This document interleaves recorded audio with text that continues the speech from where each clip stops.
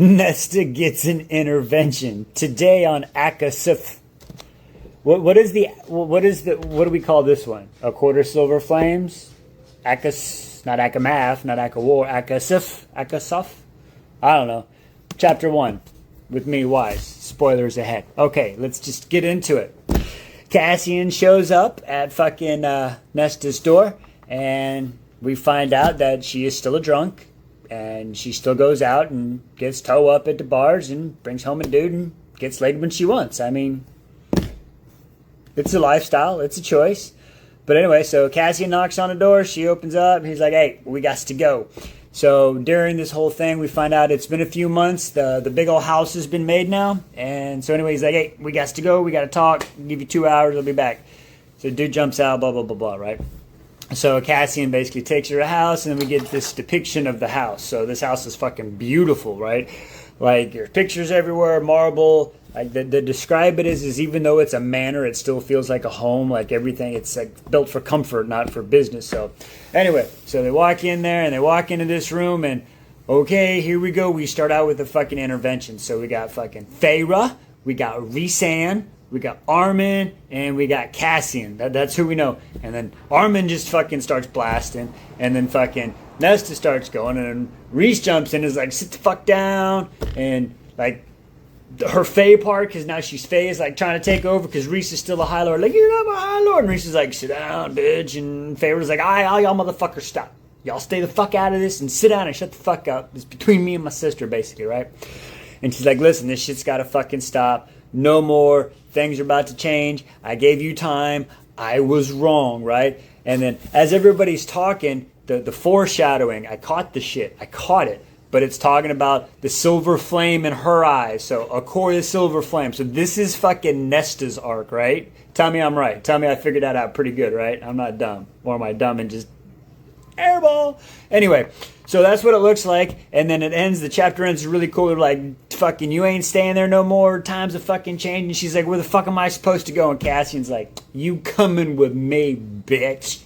He's taking her to the mountains, and she gonna become a fucking warrior, and this bitch is gonna go through the fucking blood rite. She gonna climb that fucking mountain, and she is going to be a boss bitch.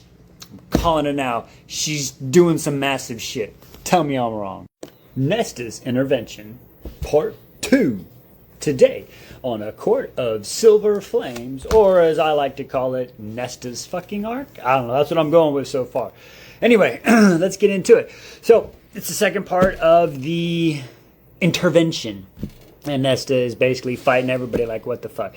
So what we learned from this, apparently, what I learned from this is Rhys is training with Helion about magic, and he's trying to do some like impenetrable fields. They still don't know how powerful Nesta is, and everybody's fucking scared of her. I mean, I would be scared of the woman too. I'm just saying. There is the scene where it describes earlier how she actually does the cauldron. Like how she pulls this shit, and it's fucking scary.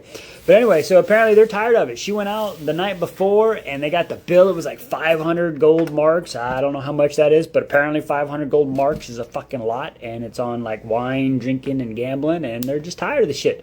So again, they tell her you're gonna go live in the House of fucking Wind.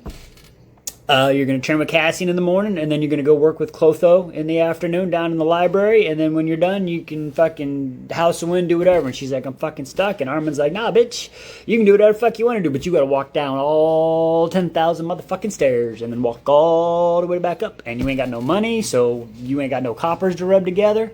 And it was funny because they gave her some bullshit line where Armin's like, oh, I read it in on fucking, it's like arguing with some people where they just make up some bullshit. Oh, well, actually, on paragraph 4, 37.2, paragraph B, section 4, you know, they did some shit like that, saying if you, like, join the court and you're still an emissary, like, technically they do control you. And she was like, what the fuck? We find out later now that she made that shit up. Anyway. So that's where we got. So they had it. Everybody stepped outside the office, and Feyre and Nesta went at it again, and Feyre fucking stood her ground. So there we go. All right. Check us out tomorrow. Cassian's New Responsibilities. Chapter 3. Let's get into it. Okay. Rhys and Cassian, they're sitting down having this conversation, right? And Rhys is like, listen, you've been doing really good. You know, we handled, you handled the uprising, I guess the guy that was leading the uprising, Kellen or whatever, he didn't make it past the rite, so that kind of dwelled it down. And Cassian's been being diplomatic and making everybody happy that has lost family and loved ones, right? And they're like, hey, that's a test. Reese is like, that was a test, so now you're going to be a courier. And he's like, what? I'm a general, and now you want me to be a courier? And my wife is walking by with more plants. Yay! Anyway, I digress. So, he's now a courier, and Cassian's like, fuck, alright, whatever, I guess. And finds out he's going to have to go talk with the human queens, and Moore's coming back and going to, fill him in on the information. So, and they get done with that meeting, and they really also in this chapter, we get more about how the house is and the paintings. It's pretty cool. A lot of detail about the house so far in these first few chapters. And then anyway, Moore comes back from her little thing and is like, all right, everybody ready? And she's going to winnow them up, and I say them, Cassian and Nesta, up to the House of Wind, and they're going to get her settled up in there and for her new life. So they go up and they get her up in there, and like she and Feyre are not talking. Nesta and Feyre, no, they remember they didn't like each other, and then the war they were like that, and then now they're like that again. Like I can't even. That's how far apart they are. I can't even put it on the screen here like that. Okay. Anyway, so they get up there, and Cassian's like, listen, this is the deal. Wear your leathers. You're gonna train, and then blah blah blah blah. You need to eat. She's like, I ain't gonna eat. And Cassian's like, all right, this is gonna be a whole new fucking world, right? A whole new world. I'm not gonna lie. I know what Cassian's going through from being a guy that used to go on patrols and deployments, and all of a sudden getting told you got to sit behind a desk and do other shit. It's a new world. So I give him that much.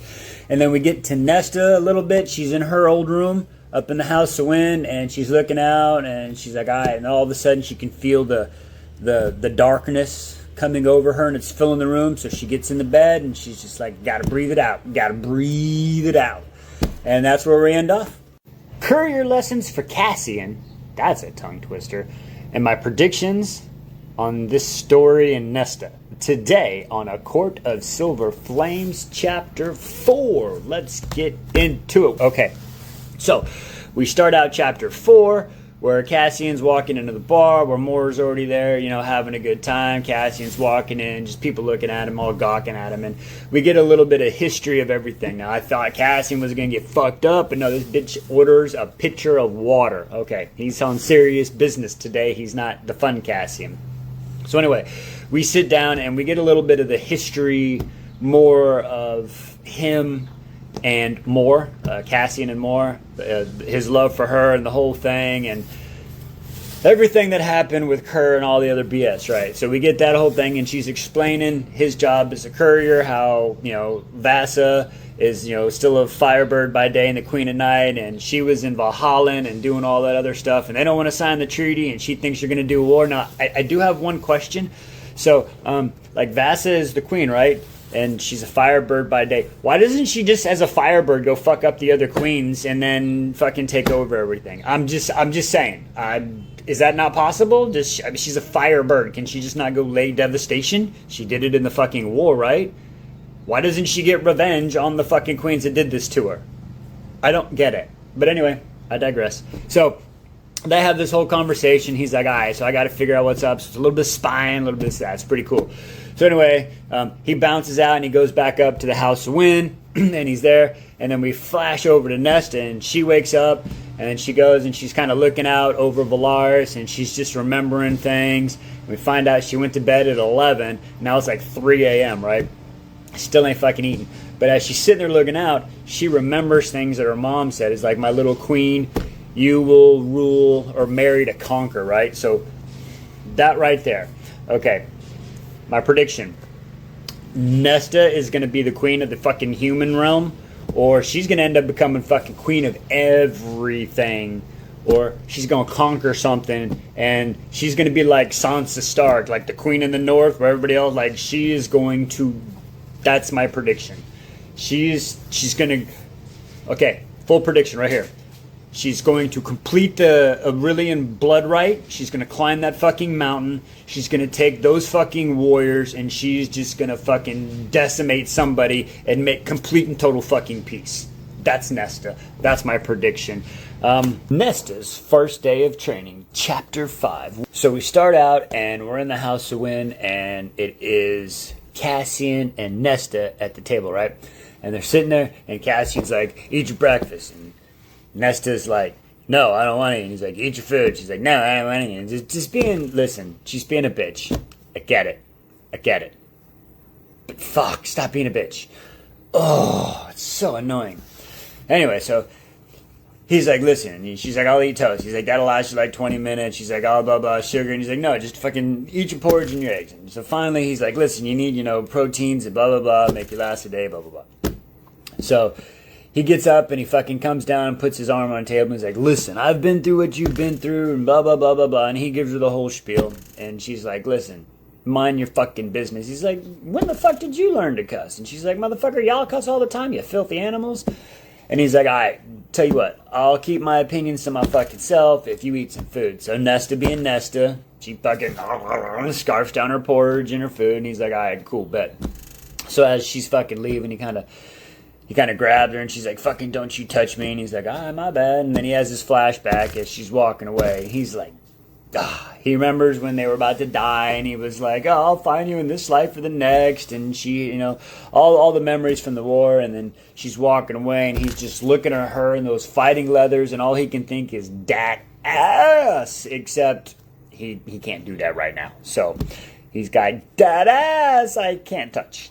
So she walks away. It's like, you got 5 minutes. It takes them, the full 5 minutes to calm down. And then Moore shows up, and then Moore grabs them, and they go up, and they end up in Windhaven. So they're at Windhaven, and as they get to Windhaven, they land, and fucking 3 fucking big old warriors walk up. One of them's Devlin. Devlin's like, what's this bitch doing here? And fucking Cassian is like, hey, this is the sister of fucking Nesta Archeron, your high lady, fucking however voice he says it, I don't know. And he's like, you'll fucking respect her and shit. So he's like, oh, and even Nesta kind of looks at him like the way he said it, right? I was like, ooh, I haven't heard that since the war. She's getting a little fucking moist, but she won't admit it, right? Stupid. Anyway, so then they go to this battle, like, well, he's like, she's training here, and then Devlin's like, oh, she's bleeding. We got to bury the weapon or burn him or whatever. It's fucking stupid. And Cassian's like, that's some outdated superstitious shit, and back and forth. So anyway, so it's like, whatever. So Cassian goes to the ring, and he's like, come on, Nesta, let's go. So Nesta walks over there and then sits down on the fucking rock. And he's like, what are you doing? Come on, get up. And she's like, no, I said I would come to training. I'm at training. And he's like, get up. And he's trying to fight her. And then in her mind, she's even like, get up. Don't do this to him. Don't make him look like a fool in front of his people and shit. And no, she fucking sits there. And this is what pisses me off. Oh, I hate when people fucking do that. Like, listen, if you're still having that battle of like, what's the right and wrong thing, I get it. Fucking sit down and figure it out. But once your fucking inner monologue tells you what the right fucking thing to do is, you should fucking do it. Oh, that shit pisses me off.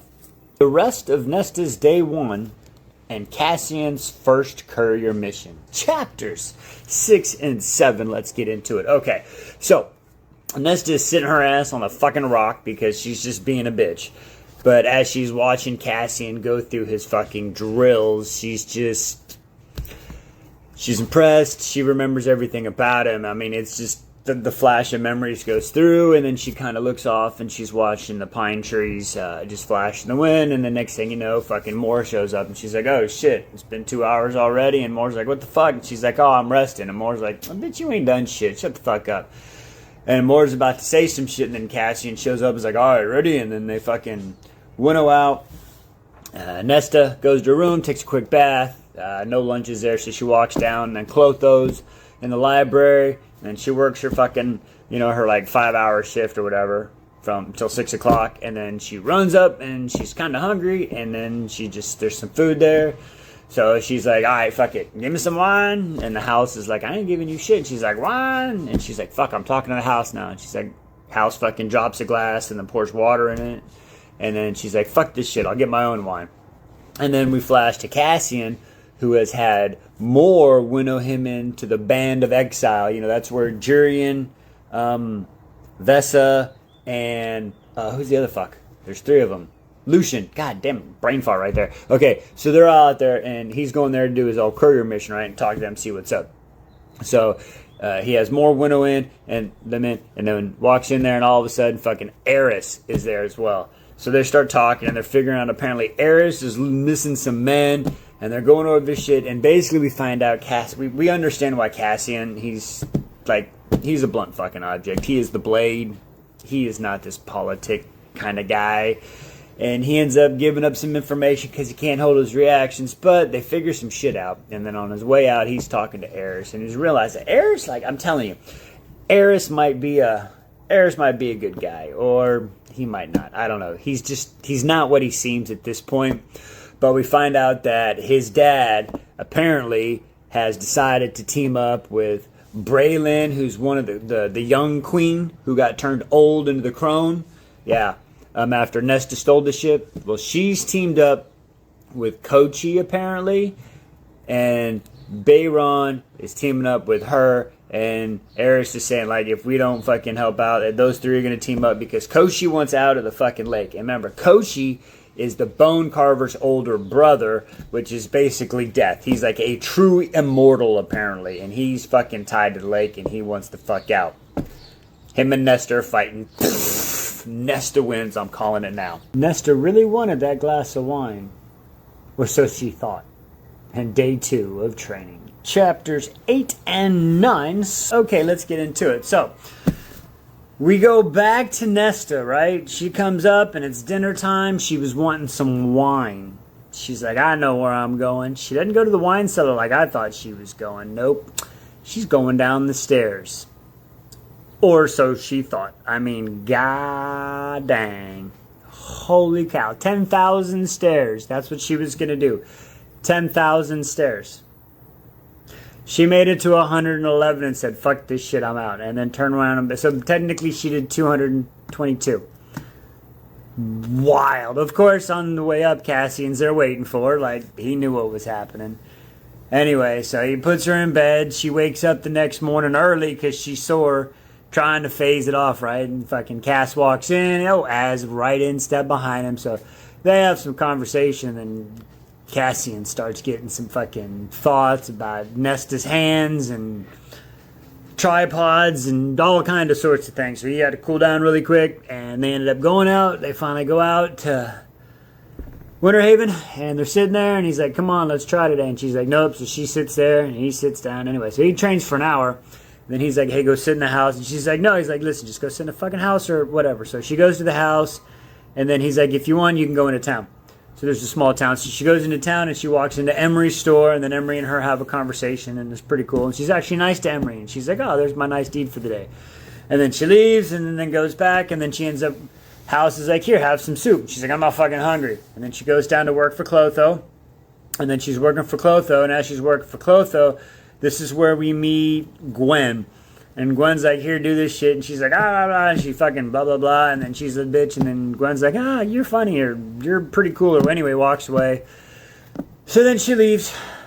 And then Nesta goes up and talks to Clotho. And she's like, hey, what's the deal about this chick? And she's like, hey, listen, she's kind of like you. So give her the benefit of the doubt, all right? All right, cool. And then I'll see you tomorrow, Nesta. And she's like, all right. So Nesta leaves. And she walks up to the house, and she's like, I'll take that soup now. And the house doesn't do nothing. And she's like, please. And the house is like, hey, there's the soup and some water and a napkin. And she's like, thank you. And it pops up some bread, and it dims the lights. So Nesta's cold, hard exterior, slightly scraped today. Cassian did what he was supposed to do, and he just kept reaching out the hand, and everybody else is working it. All right, Nesta, stop being a bitch. Nesta's bullshit, part 3, chapters 10, 11, and 12. Let's get into it. All right, as you heard, today we're dealing with more Nesta's bullshit. I get it. She's in a dark place. She's trying to figure some shit out, but oh my God, it pisses me off when you know what the right thing is, but you still don't fucking do it. And she knows this. So again, we go through the whole thing where she's eating. She's super hungry that night, so she's eating up, and there's chocolate cake, and her and Cassian have a little, little verbiage there, and a little sexual tension, and they go off. She goes to sleep that night, and it's doing good. The house is like working with her. She's sleeping good. It's cold. Turns the fire on. She's like, no fire. So, fire makes her, the cracking. We get it. So she turns the sound out, and then, she gets hot, so it's cool breeze, and all of a sudden she has a fucking bad dream. And she fucking flings the covers off, and then she's like, I gotta fight the dream. So she decides she's gonna go get a drink and tackle the stairs. Well, I guess she makes it like 60 and then tumbles down, and then, magically her hand goes into the stairs and she stops herself. So that was crazy, black eye. And then comes into breakfast, and everybody kind of notices that. Goes to training, she's sitting on the rock, and Cassian is like, look, if you at least come into training, you could fucking, wear off, fake off the black eye and bruises with, you got it in training. But no, otherwise you're just going to don't fall down the stairs. So this goes on, and finally, that night at dinner, before dinner, she goes back to the library, and then there's fucking Gwen. Like, I think Gwen is going to be some fucking superhero or something at this point. I don't know why, but they keep bringing her in here, and Gwen is going to have something to do with Nesta, like getting her out of this funk that she's in, because she ain't taking Nesta's shit. I see it now. But anyway, she goes down there, and there's some more bullshit, and then comes up, and finally her and Kaz get into it, and fucking Kaz loses his shit, and she fucking leaves. He goes upstairs, and he's pouting on the roof. And Feyre comes up, and him and Feyre have a conversation, and this gives him an idea as he's looking up there. So he's like, the next day, he said, okay, listen, Nesta's got some pride. She ain't gonna look like an idiot in front of anybody. So he's like, we'll train here. So he gets her up on top the next morning, up at the House of Wind, and he's like, come on, let's train. And she's like, no. So finally he's like, fuck it, make a bargain with me, 1 hour training, whatever. I'm like, whoa, dude, you just made a bargain with fucking Nesta, like. What? Okay. That's a blank check, boy. That's like signing up with the fucking military again. Don't do it. That's a blank check. Fuck. Okay, Cassian, you are a braver man than me. But anyway, she gets into training, and she ends up enjoying it and getting the whole second hour. So, hey, it did her some good. So maybe she can see this as the breakthrough. Seriously, how the fuck is an enchanted, possibly sentient house better than the High Lord of the Spring Court? I'm just saying. Chapters 13, 14, 15. Let's get into it. Nesta's doing more training. She's sore as fuck. Her and the house, okay, are... Like, her and the house are getting like this. Like, the house is giving her food, is bringing her books.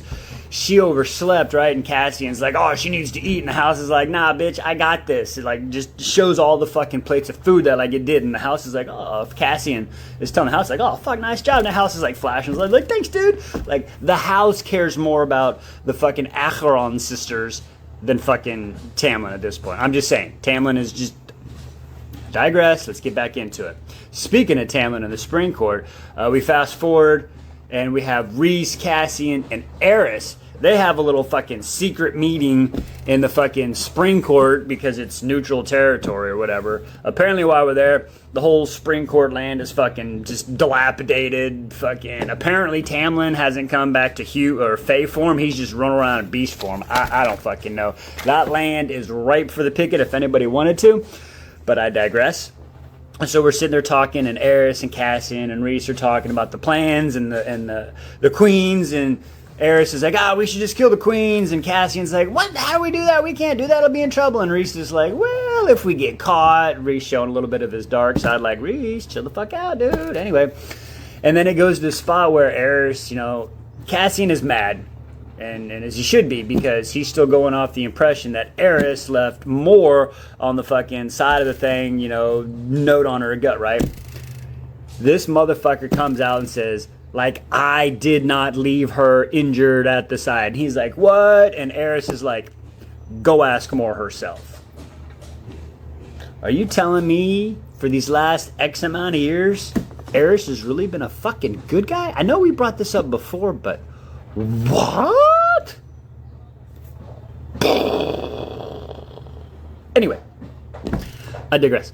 So back to training. Cassian and Nesta, they're doing their thing. They're give and take. Their battle. Nesta's slowly coming out. She's getting better. They're stretching. They're kind of somewhat joking.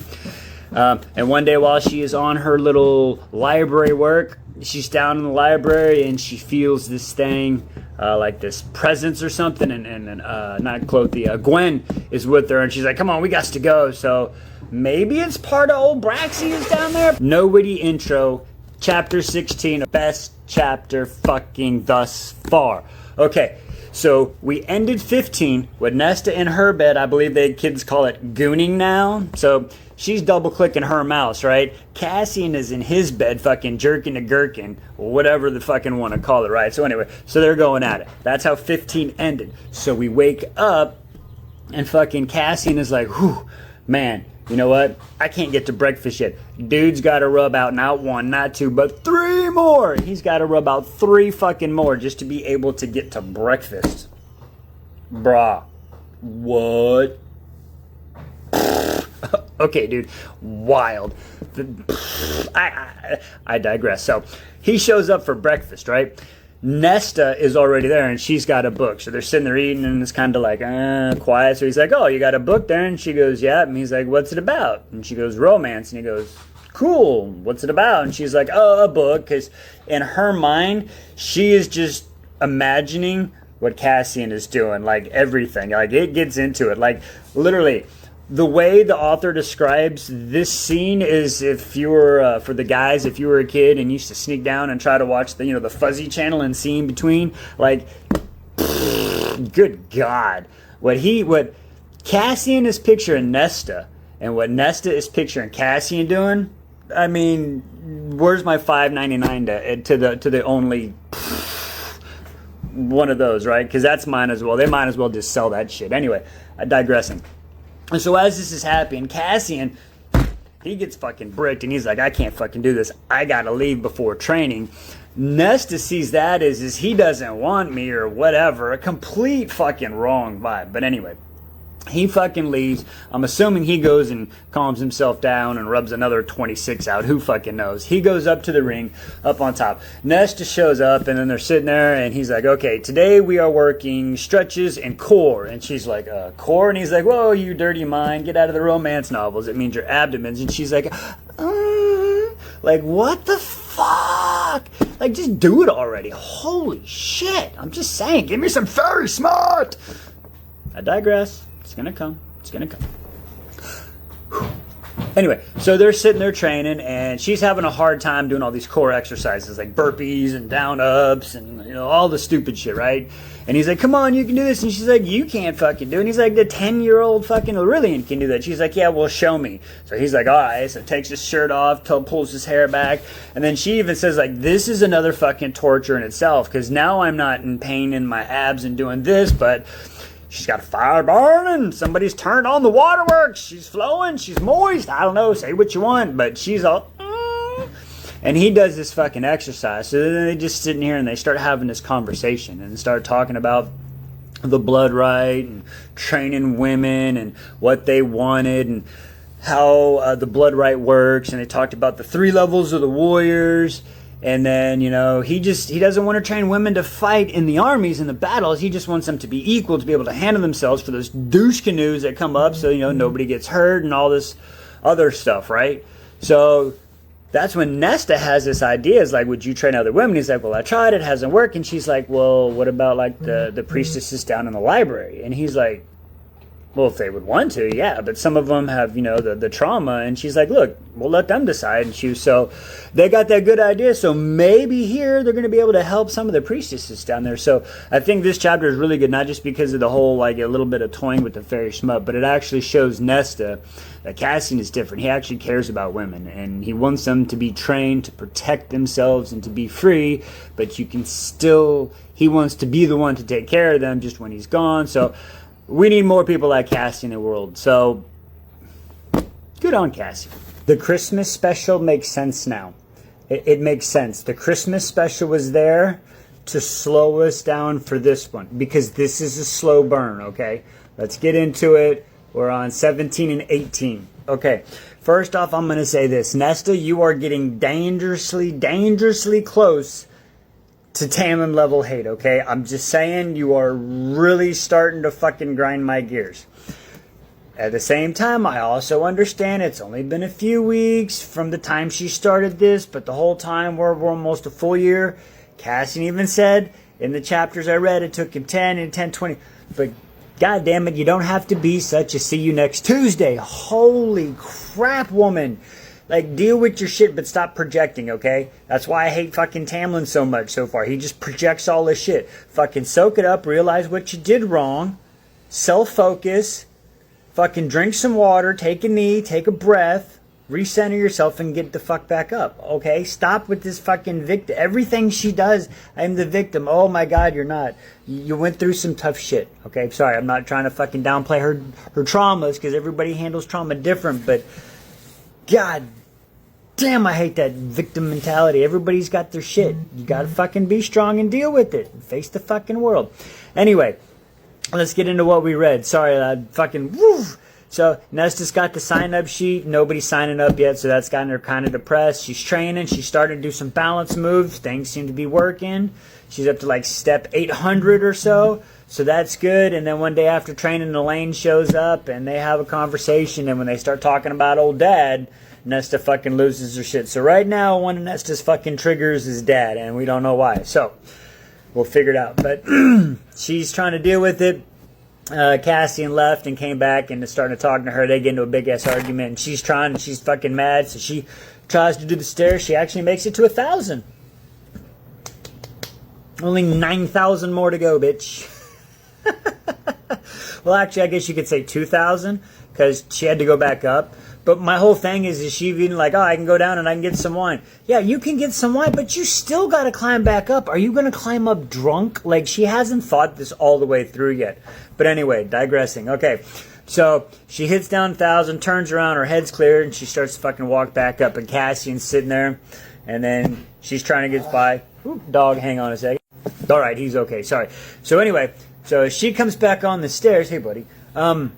Cassian kind of blocks her and is like, sit down, listen. This is where they have the conversation. He's like, listen, that's what the fuck started you. And she's blah, blah, blah. And he's like, listen, I don't care if it takes 10, 20 years, whatever. And he tells her the story of how he got revenge on everybody that killed his mom. So yeah, that was pretty. And she was like, oh, so apparently while this happens, they got a little bit closer and a little bit closer. And then something gets said, and he's like, come on, blah, blah, blah. And she gets mad, and he fucking put your wings down. And all of a sudden, it ends this chapter with she clenches her hands on his leathers and apparently kisses him. Cassian's a little too quick off the mark. Chapter 19. Okay, so Nesta started kissing Cassian. He's getting bricked. She's moaning. It's making it worse. He's kissing on her. There's a little tongue action. She finally moaning some more. There's pushing up against the wall. That's just getting hot and heavy. She's trying to get into his pants, but there's too many loops and laps, and she can't do it.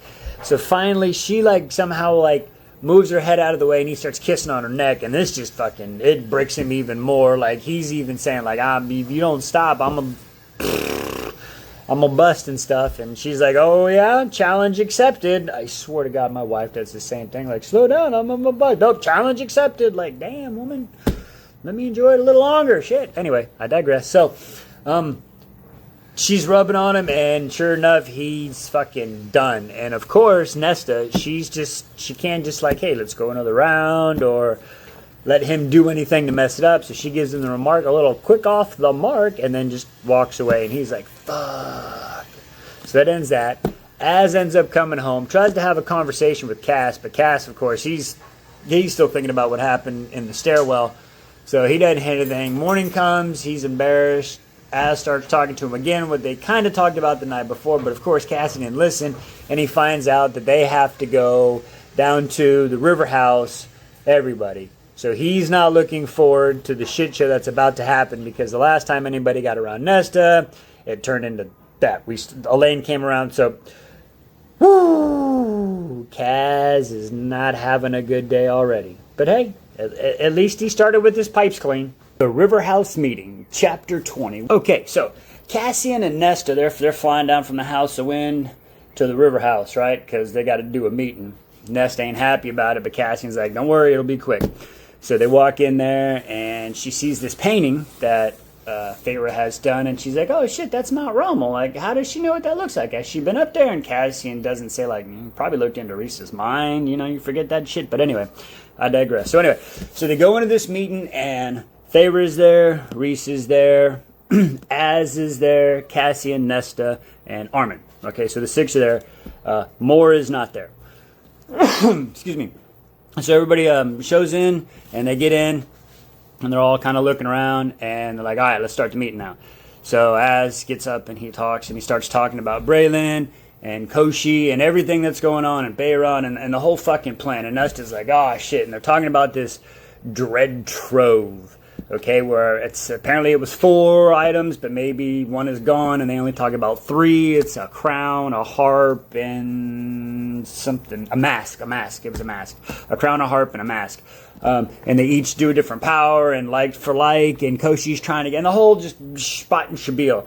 So they ask Nesta if she can figure anything out. Nesta, this is where she starts to have an anxiety attack, right? And this is where, like, I don't mean this to be wrong. Anybody out there dealing with some issues, like, I've dealt with my own shit. Like, I'm clinically diagnosed, okay? Like the army fucked me up, okay? I got some shit I'm dealing with, plus, you know, like, anyway, I digress. But anyway, nothing good happens after the butt, unless you're in bed with somebody you care about, and then butts are good. Otherwise, anything after the butt is bad. And this is what I mean by that. Is they look at Nesta to give her some information, and she's having an anxiety attack, and they go over, but she takes her breathing steps like Cassian does, right? She gets through it and gives them the information. And then she feels this sense of worth in herself, like, oh, wow, I just did good. Like, we have another war that is forming, and I just gave some information that is possibly helpful. And she could start to feel good about herself, like she's doing something, and then she pulls up the but what does it really do? And then she fucking tumbles right back down. So that's why I'm telling you. I had to learn it too, seriously. Unless you're in the bedroom, stop at the butt. Don't let the butt keep going on. Just stop at the butt. Anyway, I digress. So they talk about the dread trove and what's going on, and that's where this chapter ends. So it's getting good. Elaine tells Nesta off, and Feyre's surprised that wasn't. That's chapter 21. Let's get into this. Okay, so we're at the river house, right? And they're doing the briefing. And Elaine was coming down the stairs when they were talking about how to find the dread trove. And Elaine's like, using me.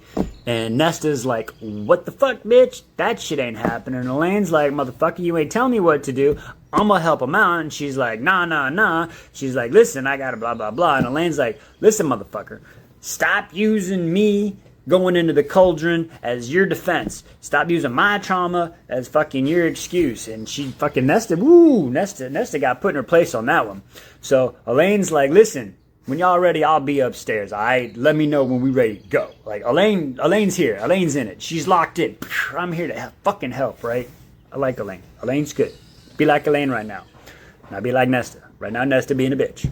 But I digress. So, anyway, Nesta looks at fucking Feyre and is like, why don't you fucking find him, motherfucker? You was made too. And Nesta's like, well, I can't. Or Feyre's like, well, I can't. She's like, why? She's like, well, I'm pregnant. Like, duh. So I completely misread this whole situation. So I thought at the end of the Christmas special, she was basically saying she was pregnant. And I figured, like, at this point, she'd be, like, almost through the pregnancy. That's why at the start of the chapter, when they had the shield on, like, I already figured, like, before it said that, like, what? Okay, only 2 months. Okay, only 2 months pregnant. I thought she'd be a little bit along. Well, so that was the surprise. Ha-ha! So, anyway, so they notify, everybody's all happy, blah, blah, blah, blah, blah. And then they're leaving on the way out. Nesta's finally like, fuck it. All right, I'll do this, blah, blah, blah, blah, blah. And then she's leaving. And then Feyre walks up to her and is like, hey, I wanted to let you know we're going to have a boy. And she's like, wait, what the fuck do you mean? She's like, well, I wanted you to be the first to know. And she's like, why? Well, she's like, well, Elaine guessed it, so I wanted to share this with you because you're my sister, bitch. And she's like, oh, so she was cool. And then she's like, well, how do you know? And she's like, well, because the bone carver showed me the child I would be having with Bree. So she's like, oh, okay. So, and then they left and said goodbye and good luck. And Cassian pays his debt. Nesta's great idea. Chapters 22, 23, 24, the end of part 1, The Novice. If you hear thunder, lightning, and rain, well, that's because it's lightning, thundering, and raining here. So, excuse me. Let's get on to it. Again, Cassian has to pay off his debt. They came back from the river house. Cass is talking to Az.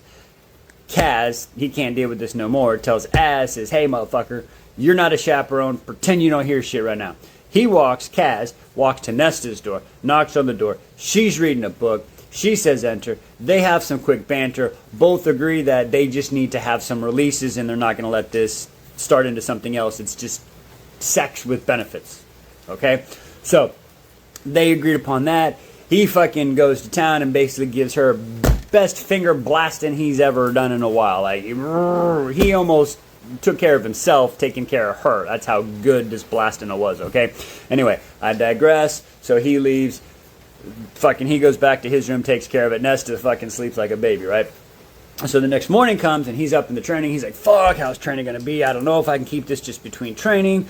But luckily for him, Az shows up with Nesta. So they decide to just put on a little show. So Kaz and Az kind of go at it and kind of release him down. Woo! That was a pretty one. Okay, so Kaz and Az, they start doing the fighting. Now that thunder that you just heard, yeah, that's what I imagine them when they sound punching. So anyway, so they go to beating the shit out of each other.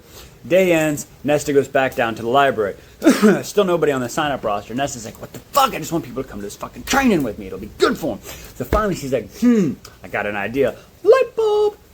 A few days come by and we don't know what's going on, and all of a sudden Cassian is being summoned to talk to Clotho, and Cassian's like, hey Clotho, what's up? And she's like, listen, Nesta down here throwing punches and shit and fucking training, and she ain't supposed to be doing that. She's supposed to be stacking books. And Cassian's like, oh shit, my bad, I'll talk to her. Do you mind if I go in?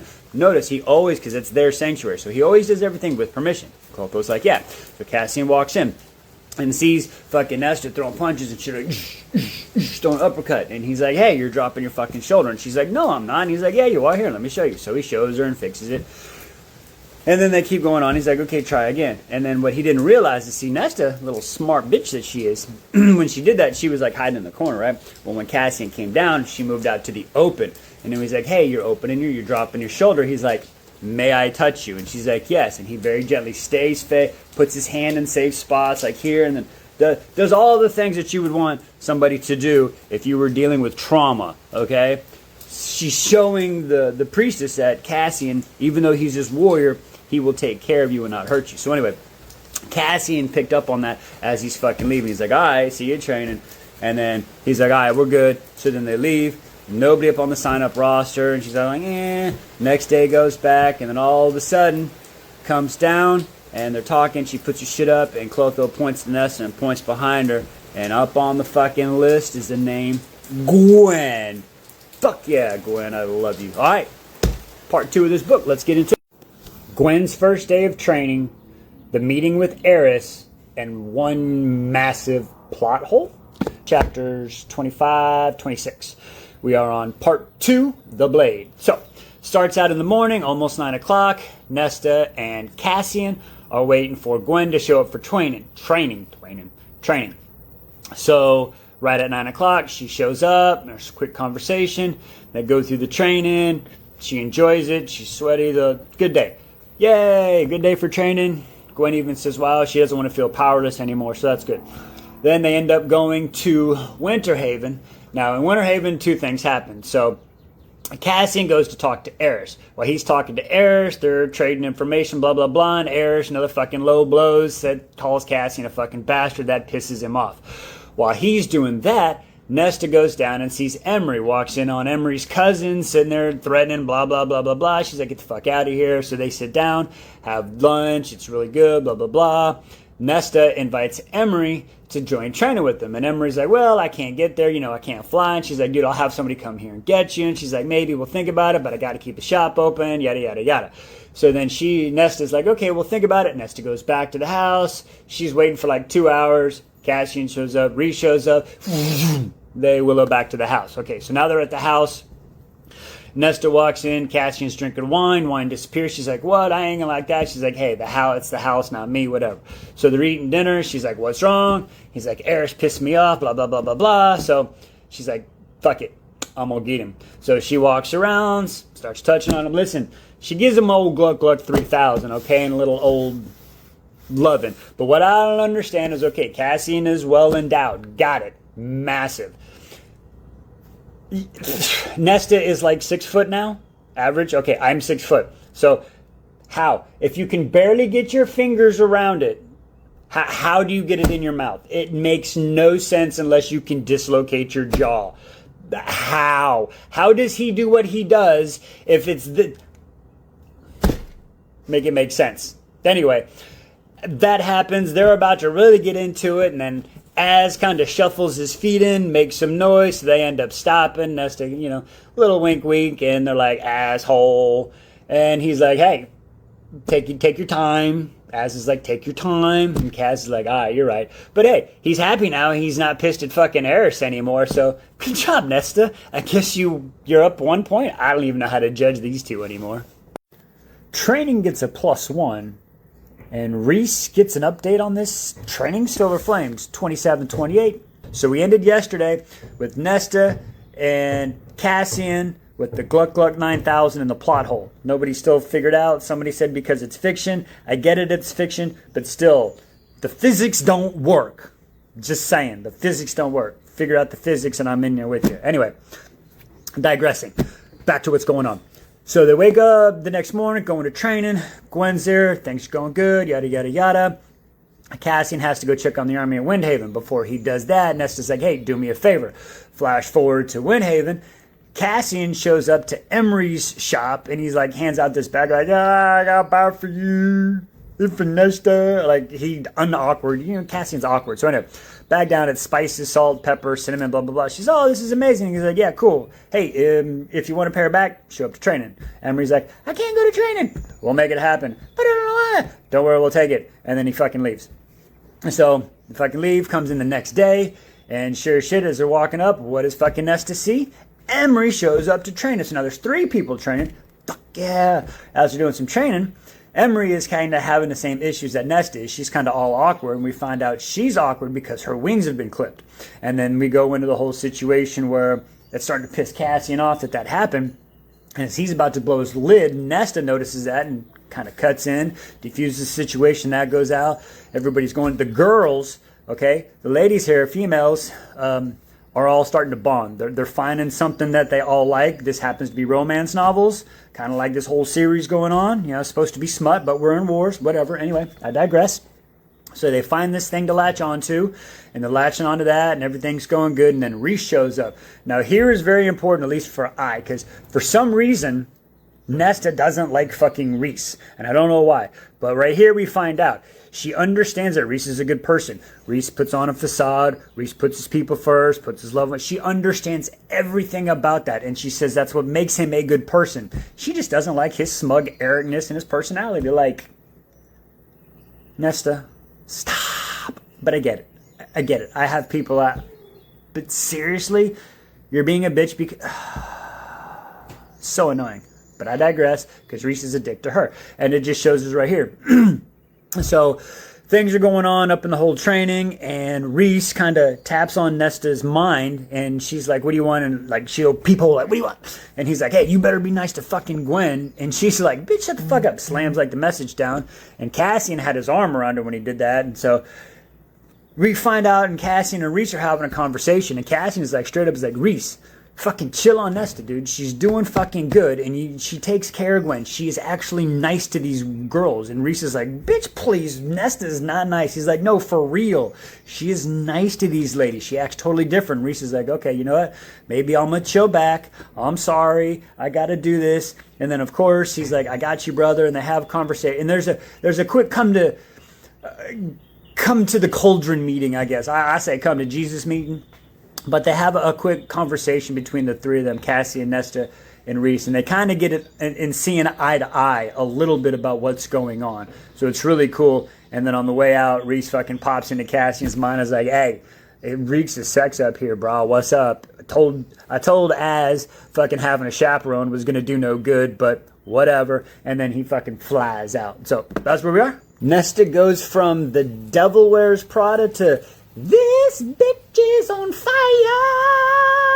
What the fuck? Let's talk about it. Chapter 29. Wow. Okay, so we start out with a montage of a few days of training with Nesta, Emery, and Gwen, right? And it's going good. And then we go down to the library, and Nesta and Gwen are talking, and this is the Devil Wears Prada moment, because Meryl, played by Meryl Streep, Devil Wears Prada. Hey, you see what I did there? Anyway, I digress. So Meryl comes down just running in her yap like, I know what you did. You switched out the books. And Nesta's like, bitch, shut the fuck. Why are you making drama? Shut the fuck up. And Meryl's like, do you know who I'm a descendant of the king of the wicked witch of the west. And I'll make wind and blow all the papers around and piss everybody off. And that's just like, fucking does just a little bit of her power like flaming eyes. And Meryl's like, oh shit. And kind of backs up. And everybody's like, oh wow.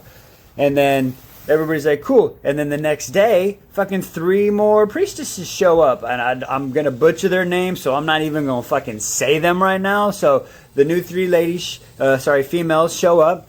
And one takes off the hood, and she's got like this crazy scar and like been through it. And since she's high fae, like you can see, like, okay, for that to happen because of what all goes on, you know, the scarring and blah, blah, blah. And so she heals up. So they come in, and one of these priestesses is having such a hard time where like just trying to dig her toes into the ground, she's falling. But anyway, it goes on. So our Charlie's Angels of 3 is now the trauma Valkyries of the priestesshood. Okay, so they're doing good. This program is awesome and it's fucking great. Good job, ladies. All right, then we go to Cassian and everybody down at the river house.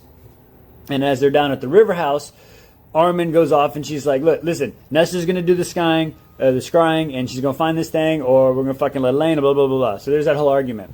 And we go back up there, and this is where Nesta, after that day, is like, okay, you know what? I gotta try this fucking scrying, right? And she tried it in the hallway, but she couldn't do it. The house tried to make her, but now she's here with Cassian. And Cassian's like, are you sure? And she's like, listen, I can't be a damn hypocrite, right? These priestesses are coming up here and facing their fucking traumas. So she's recognizing that, and she says, I got to face my trauma and my fears. She recognizes that. She says, I can't be a damn hypocrite. Fucking thank you, Nesta. If everybody in this world would have that fucking mentality, 90% of the problems would go away. But digressing, back to the story. So she tries to do the fucking scrying, whatever it's called, and she can't fucking do it, and she's all disappointed. So she goes to fucking bed. And then as she's sleeping, all of a sudden she starts having this fucking nightmare. Well, as she's having this nightmare, she's about to scream. Well, right before she screams, Cassian and Az get fucking woken up, and they're like grabbing their shit and they're running into the fucking room. And all of a sudden Nessa is like, this bitch is on fire. She is fucking like exorcist fucking floating above the flying. Reese comes fucking flying in from above, and his fucking dark magic is on top trying to contain her, and the flames are going up, and it's getting on her. It's fucking crazy. And Az is holding Cassian back, and Kaz is like, let me fucking go. And he gets up and he's like, Nesta, it's a dream. And Nesta fucking breaks just for that much, so allow Reese fucking in, calm her down, gets inside her mind, calms her down. Fucking, so she's now just passed out on the fucking bed. And Reese is sitting there fucking dripping some sweat, fucking pasty ass, porcelain white, like what the fucking Cass is like, what the hell? He's like, dude, I saw in her mind. I saw what she went through in the cauldron. I felt what she went through. I've seen her trauma, and I know her pain. And Kaz is like, yeah, her trauma's like, no, we're not talking about that, buddy. He's like, I know what she is. And fucking Cassian is like, what is she? And Reese is like, death. Pure death. Oh my God, Nesta is the new Death Lord. Fuck. New information causes Nesta to step the fuck up. Chapters 30, 31, and 32. Yeah, let's get into it. What's up? Alright. So it's the next day after Nesta's fire outrage, right? That's the crazy thing. So she wakes up and sees Cassian sitting in the chair, and she's all like, oh, it's my white knight, all fancy. Cassian feels this, wakes up, kind of looks at her, and he's like, you okay? And she's like, no, but I'll be alright. And he's like, cool, let's get some breakfast. And she's like, I like the way you think, General. And then they're sitting there, they go through training. They're both tired, but they get through training. A day progresses, Cassian is down at the river house now, and he's talking to Reese. And they're kind of discussing what's going on, and Reese is like, man, I didn't need that after everything. What happened? And Cassian's like, what the fuck do you mean what happened? He's like, listen, the baby's got wings. And he's like, wait, what? And we hear the whole situation of how that done. I guess when they conceived the baby, Feyre transformed, shapeshifted into an Aurelian. So the baby's got wings, but the problem is Aurelian, the females have to have extra large pelvises to accommodate for the wings. So when they don't have it, it's a high risk pregnancy. So it's very, very bad. So they're worrying about that. And then this. So everybody's happy, but fucking scared as shit. Okay. So Reese is having to deal with that, the war, and Nesta. So he's fucking tapped out, right? So flash forward to that night. Cassian has faith in Nesta, and he tells her this, and Nesta's like, fuck it, you know what? Time to step up. We got to go, and I got to protect these people. I got to protect the baby. They got enough shit, so we're going to try the scrying again. So she's like, we'll try it again tomorrow. She's like, yeah, but let's get everybody here. So she goes, and they're doing the scrying again. She's like, ah, and she's turning ice cold, and everybody's trying to get in her mind, and her fucking hands are going, and her room is ice cold. She's turning ice. Cassian's holding on to her, trying to give her warmth like an anchor, and she's like, she's going through, and she feels Cassian, and she's trying, but then she can't do it, and all of a sudden they go into her fucking mind, right? And she's got these hard walls, and Feyre can't get in, Rhys can't get in, and Feyre's like, wait a second, she's trapped herself in, but keeping us out, and Cassian's like, fuck, I'm gonna get her the fuck out. So Cassian just lays in and just starts kissing her and sending warmth down her, and fucking finally gets her out, and she drops it, and Armin's like, interesting. And Rhys is like, oh, you made the whole place warmer. This is crazy. And they kind of look, and he's like, I got you, boo. Well, didn't say that, but that's what he's like. I mean, there's something there, I swear to God. I don't know what it is. We know there's something there, but anyway, I digress. So they find out that they believe the mask is in the Orid Bog. That's like in the middle. So we find out the middle, you know, of course, that's where the Weaver and the place where all the go. So they decide to go the next day. So it's Kaz, Ass, and Nesta, because you can't send Feyre's pregnant ass in there, and you can't send Rhys in there because he's got to protect. So, whew. So those three, they go into the fucking bog, and they're looking around, and they're like, listen, we'll go as far as we can, we'll stop, we'll come back. So Cassian's up in the air, or Az is up in the air, and they're walking, and they're looking, and all of a sudden, they're not feeling anything, and then it gets a little bit darker and thicker, and then all of a sudden, Nesta's like, Cassian, and she looks back, and Az is gone, and that's where it ends. So what the fuck's about to happen?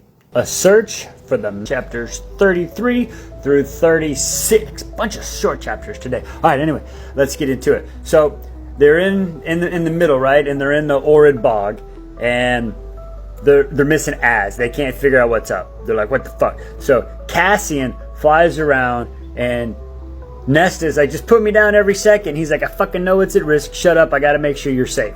So he puts her down in this tall ass tree and then goes and fucking flies away. He says, don't move. Like, where's she going to go, right? But anyway, I digress because you'll see. Anyway, so he flies back.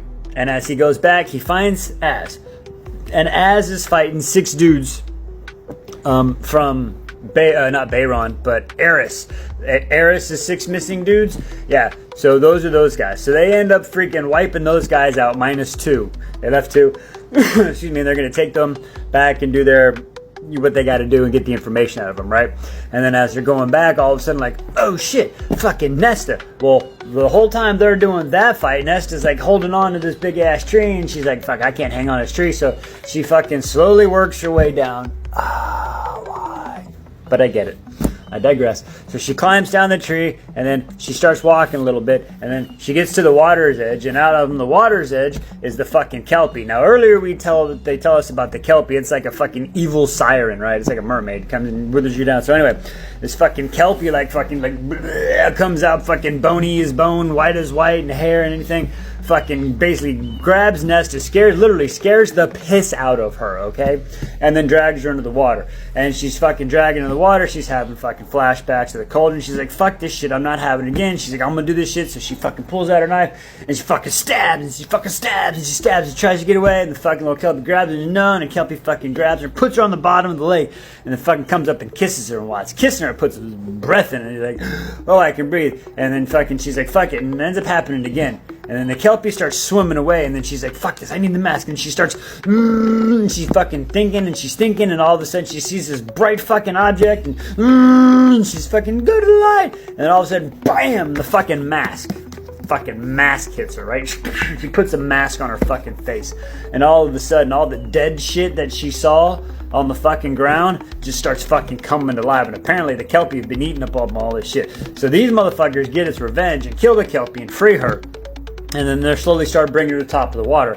Well, as they're doing that, fucking Cassian and Az, well, they're fucking looking for her, and they can't find her. And they're like, Cassian is like this deep in the water, and all of a sudden, Az is like, fucking look. And they look up, and then fucking Spears is like coming out of the water dripping off, like a submarine and shit comes up, like water submerging, whatever. You know what I'm talking about. And all of a sudden they fucking see Nesta like fucking like old George Washington across the fucking Delaware, like, she's got the fucking Kelpie's head. I forgot that he's fucking another king of Hybern. Nesta is like Vladimir. Fucking Dracul fucking heads on spikes like, I am Nesta. And then she fucking rips the mask off and everything fucking dies in the splash. And they fucking go get her and they're like, what the fuck? You are death reincarnated.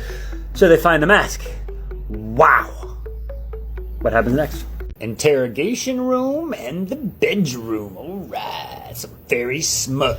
Today on chapter. Alright, let's get into it. So Nesta found the mask, rose the fucking evil dead army, and killed the fucking Kelpie taken, right? And now they fucking grabbed her. Reese came and got him. Now they're in the Hughes City in the interrogation room. Nesta's currently sleeping right now. Everybody else is down. They're interrogating these motherfuckers. And then Feyre's like, the pregnant one with some empathy and sympathy is like, hey, listen, should we really be like torturing them if Reese looks in their mind and there's nothing there and they're just acting a primal rage and not free will? Is it really fair? And Reese is like, oh yeah, fair point. Okay, we won't do that. We'll call a Hellion in here and we'll see what's up.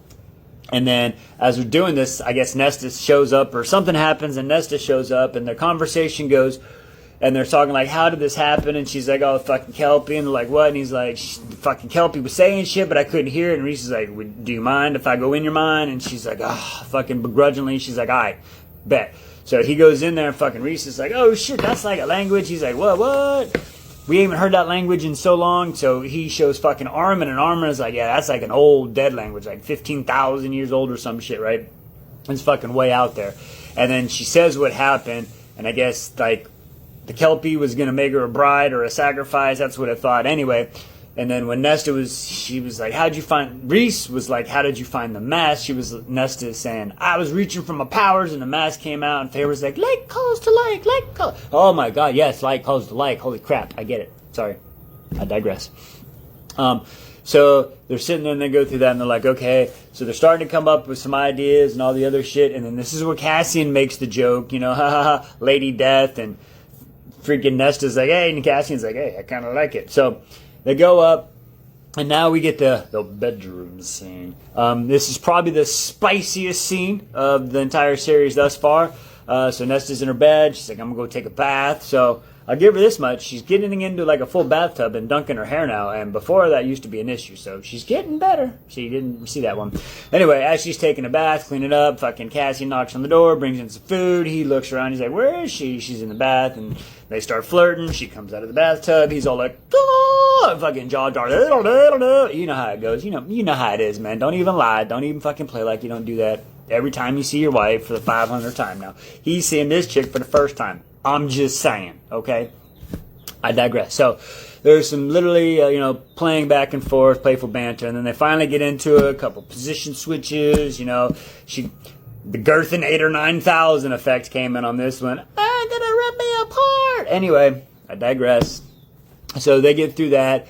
And then he finishes, and then this is where these motherfuckers just button heads. Like, Cassian is, like, looking at her. He wants to drop the fucking I love you. I swear to God that's what he's trying to do. But then the whole, oh, this is just sex gets in, and then he's like, just sex? And she's like, yeah, right. So he's like, all right. So he's taking it as just sex and picks his shit up, calls himself an Uber, I guess, and leaves. And she's like, motherfucker, could we have cuddled for at least 10 minutes or something until I got bored? Like, I get it. I don't know. They're pissing me off, I swear. Swordplay and Mind Still Training, chapters 38 and 39. Let's get into it. Okay, so Nesta and Cassian finally get it on, and they have some great sex, but the two dumbasses won't have a quick conversation and just smack a motherfucker sometimes. Anyway, I digress. Now, I'm probably going to get the order of how this next stuff goes and get it out of order, but anyway, they're at training, so there's Nesta, Gwen, and Emery, and they're doing the train, and they're doing their sit-ups and crunches and stuff, and they're talking about, did you have sex last night, and blah, blah, blah, and Nesta, so they're talking about that whole stuff, and then Gwen talks about how she found a book of Valkyrie mind still training, and Nesta's like, ooh, shit, I want a copy of that, and she's like, I already got copies, we'll hook it up later. So those copies get passed out, and blah, blah, blah. And then Cassian comes over and is like, hey, less yappy, more worky. And Nesta runs off. She's like, you know what? Fucking sword training. So they get the swords, and as Nesta's going through the sword training, now listen, nothing she does about the sword training is polished or great. But as she's doing it and walking through the steps, she feels the power. The other girls see this, and it just very powerful. Like, never again, never again. She understands that she got lucky fighting the king. She got lucky with the cauldron. She got lucky with the Kelpie, the Maas. Like, she understands, and she's like, Thomas, you know, back in the beginning, she's like, this will never happen again. I will no longer be helpless. Never again. Very good moment. The other girls see that. Cassian all gives them swords. I believe this is when two more girls show up. Females. Priestesses and everybody show up, and the Cassian's like, shit, we're gonna need more motherfucking people. He kind of makes a mistake and doesn't clear, hey ladies, you cool if I bring somebody else? But he kind of realizes that, but as training goes on, everybody realizes that Az is cool as hell. He's a quiet guy, so I don't see any issues there. And then everybody's just doing good for the training. Now, during this session, or at the end of the session, Gwen and Nesta are in the library, and they're doing the work, and as they're doing their fucking work, after the whole sword thing, Nesta made it to down to step 6,000 and then back up. So she's down to 6,000. Forgot about that. All right. Flash forward to the next day, her and Gwen are in the library, and they're going to do this Viking mind still training, which is really just a breathing technique to help you clear your mind. It's a true technique that they gave at least me, a veteran with PTSD. If I ever have an attack, it's great, but it always takes so long, so you just... and you move on. Anyway, I digress. So as she's going through this training, it's not working, and then finally she starts to get it, and then all of a sudden a calmness, whoosh, it just washes over her. And for the first time, and it even says, like here, it even says, like, in the first time since forever, I said, Nesta did, and for the first time in her life, she felt utterly settled in her own skin. So Nesta finally has found true peace, even if it is for 1 second. Lucian says it best with Mother Save You All. Today on chapter 40, we're shifting to autumn. All the priestesses are still showing up. It even shows to say that the priestesses and everybody show up every damn day. Those were the words. So they're training, they're doing their stuff. Cassian invites them to go to a blacksmith to see how weapons are made, to understand. Nobody wants to go. They're still a little, Emery has to go back and sell stuff, but Nesta's like, let's go. So she goes in there, a little conversation with the blacksmith, blah, blah, blah, blah, blah. Gets in and she sees how swords are made, and she's like, oh, shit. She has newfound respect, and it kind of lights a fire, right? The training bug is really starting to get her. So then we have another montage of her just getting badass. And then all of a sudden, Lucian shows up in the archway. And this is where the fucking chapter gets crazy. And Lucian's just watching, and he's like, Mother save you all. And Cassian sees this. He's like, what the fuck do you want? And Lucian's like, dude, chill. I'm your fucking buddy, man. I'm your teammate, ally. And he's like, ain't you looking for Elaine? And he's like, dude, every time I come here, it ain't about Elaine. Like, I know she my mate and all, but fuck, it ain't happening, right? Chill, dude.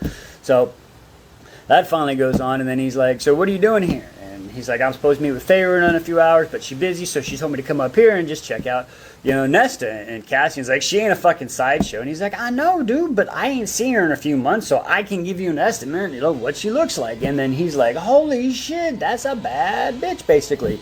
He's like, I am scared. Nesta's over just beating the shit out of this piece of wood, right? And then by the pattern of what's happening, Cassian's like, oh shit, she about to finish this combo. Watch. And she comes up and is like, and she fucking throws this hook. And the fucking just hits the fucking ground, and Nesta just fucking struts off like a bad bitch. Like, she doesn't even look at Lucian. She's like, yeah, I just did that, and you're fucking scared. I know. Your balls just went up into your throat. And she walks by, and Cassian and Lucian walk over, and the fucking wood is on the ground, right? And right where she hit it, there's just this little, like, handprint disc thing, and then straight down the shard is this silvery ember, okay, the wood burning. But it's ice fucking cold, and then all of a sudden, motherfucking just disintegrates like fucking Thanos snap up in this bitch. And again, Lucian is like, Mother save you all. Yeah, that shit's crazy. Helion and his damn Pegasus, and Nesta and Cassian get it on again. Chapter 41, let's get into it. Helion shows up on a fucking Pegasus. Yes, a Pegasus. We find out the history of the Pegasus. There ain't many left. Helion wanted to show up in a golden chariot with 6 riding horses, but Risa's like, we ain't doing that shit. So they come in, have a conversation. They basically fill Helion in with everything except for Eris and Bayron, I believe. But it's everything else, the pregnancy, everything. So he looks at the mask, Nesta's sitting beside it. When they pull the little thing off the mask, he looks at it. It fucks him up like big time. He's like, ooh, what the hell, it hurts. So he's thinking there might be some other stuff. And they go down and look at the prisoners. And they're like, what the heck? And he's like, yeah, I'm not sure. It's not like an enchantment. It's not like a ward because there's nothing there. It's like a mist. So they're thinking that Braylon has found the crown. Okay, so she's got the crown. They've got the mask. And there's only the harp left. So they're like, all right, cool. Well, we got to make sure nobody can get the mask, right? Because he's like, I don't know how you fucking survive with the mask on your face, Lady Nesta. And there's a whole spiel about the Lady Nesta and the title and blah, blah, blah, blah, blah. That was pretty cool. So anyway, they go down and there's this whole freaking blood ward spell. And Nesta doesn't want to learn how to fucking take it off, so Reese figures that out. And then as they're leaving, Reese and Helion are having a conversation, and then Nesta and Cassian have a conversation, and then Nesta actually gives up the information that in the future, okay, so now she's thinking about a future, so she's making progress, and Cassian sees that, right? But she wants to lead maybe the priestesses, or see, I told you, like the trauma Valkyries, the Travalkyries, let's go, Nesta and the Travalkyries. She'll probably end up leading the fucking Devlin and the Aurelians, because she's going to be that much of a badass. I'm just throwing it out there, but I like the Trauma Valkyries better. Travalkyries. We'll come up with a better name. Digressing. So anyway, that night, Cassian brings her a couple books, right? And so she's sitting there, had the books, quick conversation. So he's about to bounce out of this motherfucker. And Nesta's like, hey, why ain't you ever come back? And Cassian, what you mean? He's like, listen, you're focusing on training. I don't want to. She's like, listen, you're not disrupting me if we both want it. And he's like, little fucking, he's like, okay. And they get going at it. So they're going to do a little side-by-side comparison about fingers, whose fingers do better, his or hers or this or that. And they don't get that far, okay? It starts out a little bit of that. He's watching, and then finally they both just lose it and just fucking Cassian full speed ahead, just dripping, right? So they're sitting there talking. She's just finally come off, and they're talking. Dripping, he's talking, and she's like, man, why do I want to do this again? And he's like, yeah, me too. Turn around and grab the headboard. Hang on, we're going for a ride. What a way to end the night. The River House meeting in Nesta's Trove of Nightmares. This shit sounds crazy. Let's get into it. Chapter 42, my favorite number. Next morning, Cassian, Armin, and Rhysand, they're all talking. A blacksmith has brought the weapons that Nesta made and said they're fucking cursed, right? And Cassian's like, what do you mean they're cursed? And they're going over shit, and apparently there's magic imbued in them. And we get the history lesson of how Fae used to be more elemental, and there's ancient swords, and if you had the sword, there's a king, and a king could unite the lands, and all this coolness, right? And we got to figure out what to do, and blah, blah, blah, blah, blah. Armin says, don't ever unfucking sheath the swords, and she fucking bounces out. And then we go into they're having a conversation, and Rhys starts talking about Feyre again. Because remember, she's pregnant, but they don't know if she's going to be able to survive the pregnancy because of the whole wing thing. And I'm not trying to be rude, but she doesn't have, Illyrian barren hips. She's got the small birth canal. She doesn't have them childbearing hips for the wings. And the Illyrian wings, they don't bend and flexible as like the Sephiroms and all the other ones, right? So they're searching everything. Like Rhys has got down on his knees in front of Helion begging. It's not like that. It wasn't like that, you dirty perverts. God bless America. Anyway, so he's like, please search your libraries. And Helion's like, we'll find anything. They're just looking for something. So then all of a sudden they're sitting there looking at the swords. They're like, fuck it, you want to look at the swords? And like Armin said, no. They're like, fuck it, we do what we want. So as they're trying to like open the swords are kind of fighting. It's this power, and they finally open up the swords. And like, oh, these are fucking cool. These are fucking cool swords. It's a super cool sword and magic and blah blah blah. And fucking Amryn comes in and is like, I fucking knew you couldn't do it. And they're like talking, so they fucking sheathe the sword. And they're like, hey, you need to fucking take over the sword. And Rhys is like, I don't want to be a fucking king. He's like, and they're like, listen, you're the best fucking one. And he's like, listen, I'm not going to have my fucking friends kneel down before me. It's not like that. I don't want to be fucking king. I don't want to be a fucking blah, blah, blah. And they're like, listen, who else is better? Because when you got Feyre, she like doubled your power, right? You're the strongest fucking High Lord ever, right? And you're the most fucking reasonable, believe it or not. Feyre doubled your fucking power. Now you have Nesta, and then you give her all these powers. Like, if anybody, like, you could have peace, and it wouldn't be an issue. Like, if Bayron wanted to attack you, Nesta could put the fucking mask on, kill his army, and then raise his dead army back up and attack him again. Like, you don't lose anybody.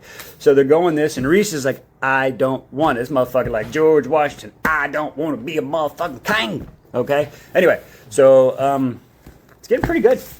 We're almost done. I think we're about to get to that sprint. We're about to get to the fucking sprint part here. So, spring court meeting, a river house meeting. Why didn't we think of that? Chapters 43 and 44. All right, let's get into it. So, Nesta and Cassian, they go to the spring court for a meeting with Eris. Eris shows up, talk about his dudes back and forth. Eris starts dropping some low blows.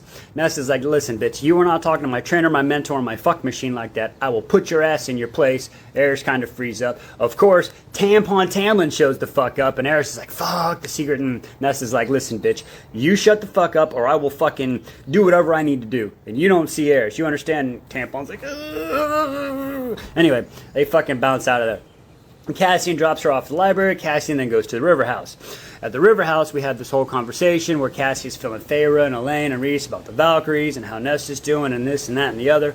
And Elaine is like, wow, that's fucking cool. I'm awesome to hear that. Hey, did y'all know she likes to fucking dance? And then we hear this fucking lore drop about Nesta being some master dancer and loves music. And when she was 14, how she screwed this dude because the girl was making fun of Elaine. So she's like, fucking awesome. Golf clap, Nesta. Way to be on that one. Seriously. Fucking chef's kiss on that again. I'm going to use that a lot today. Digressing. Alright, so Nesta needs the training. She needs music and dance. And she will be a complete again, I believe. That's where we're going. Anyway, digressing. Go up the next day. They're training. As they're sitting there, the females are complaining. And Cassian's like, hey, we still got more. We're about to add 2 more things to the star. We're at 6 star, now we're going to do 8. And they start talking about the Valkyries. Everybody kind of looks over, and Cassian's like, yeah, I used to fight with the Valkyries. And the ladies are like, what? So he tells the whole story, the respect and everything else. And then finally, Nesta's got this idea like, hey, why don't we take the Aurelian training and the Valkyrie training and mend them together? And Az and Cassian both just kind of stop and like, why the fuck didn't we think of this? What the hell? So Cassian's like, hey, bring me what you have. And Gwen's like, dude, I got so much shit. We'll bring it. And he's like, today we're doing Aurelian training. Tomorrow we're doing fucking Valkyrie training. I don't know what happens, but this is how chapter 45 starts, and I'm fucking so excited. I think the Valkyries were even more sadistic than the Aurelians. That's how the next chapter starts. I'm going to read it now. Day 1 of the new training and a major family blow-up. Chapters 45 through 47, I believe. Yes, 47. Let's get into it. Day 1 of training. Girls are doing some lunge pose. The females are, and they're like, this is crazy. Like Cassian, he's like, yep, I made sure I could do this. So they're talking. Cassian brings up, hey, if y'all could name a sword, what would you name a sword, right? And it starts going down there, and they name it like Silver Majesty, Foe Killer, whatever. Anyway, which ends up Cassian, that conversation leads up Cassian spilling the beans about not telling her about the swords, right? That pisses fucking Nesta off, which Nesta ends up going down all fucking 10,000 steps. She's so fucking pissed. I mean, she goes to the bedroom and tries to chill her some other things, but anyway, she ends up going down the fucking stairs because she's singing this shit through her head. She's that pissed. Fucking barges into fucking Ermin's room. Sorry, Ermin's room.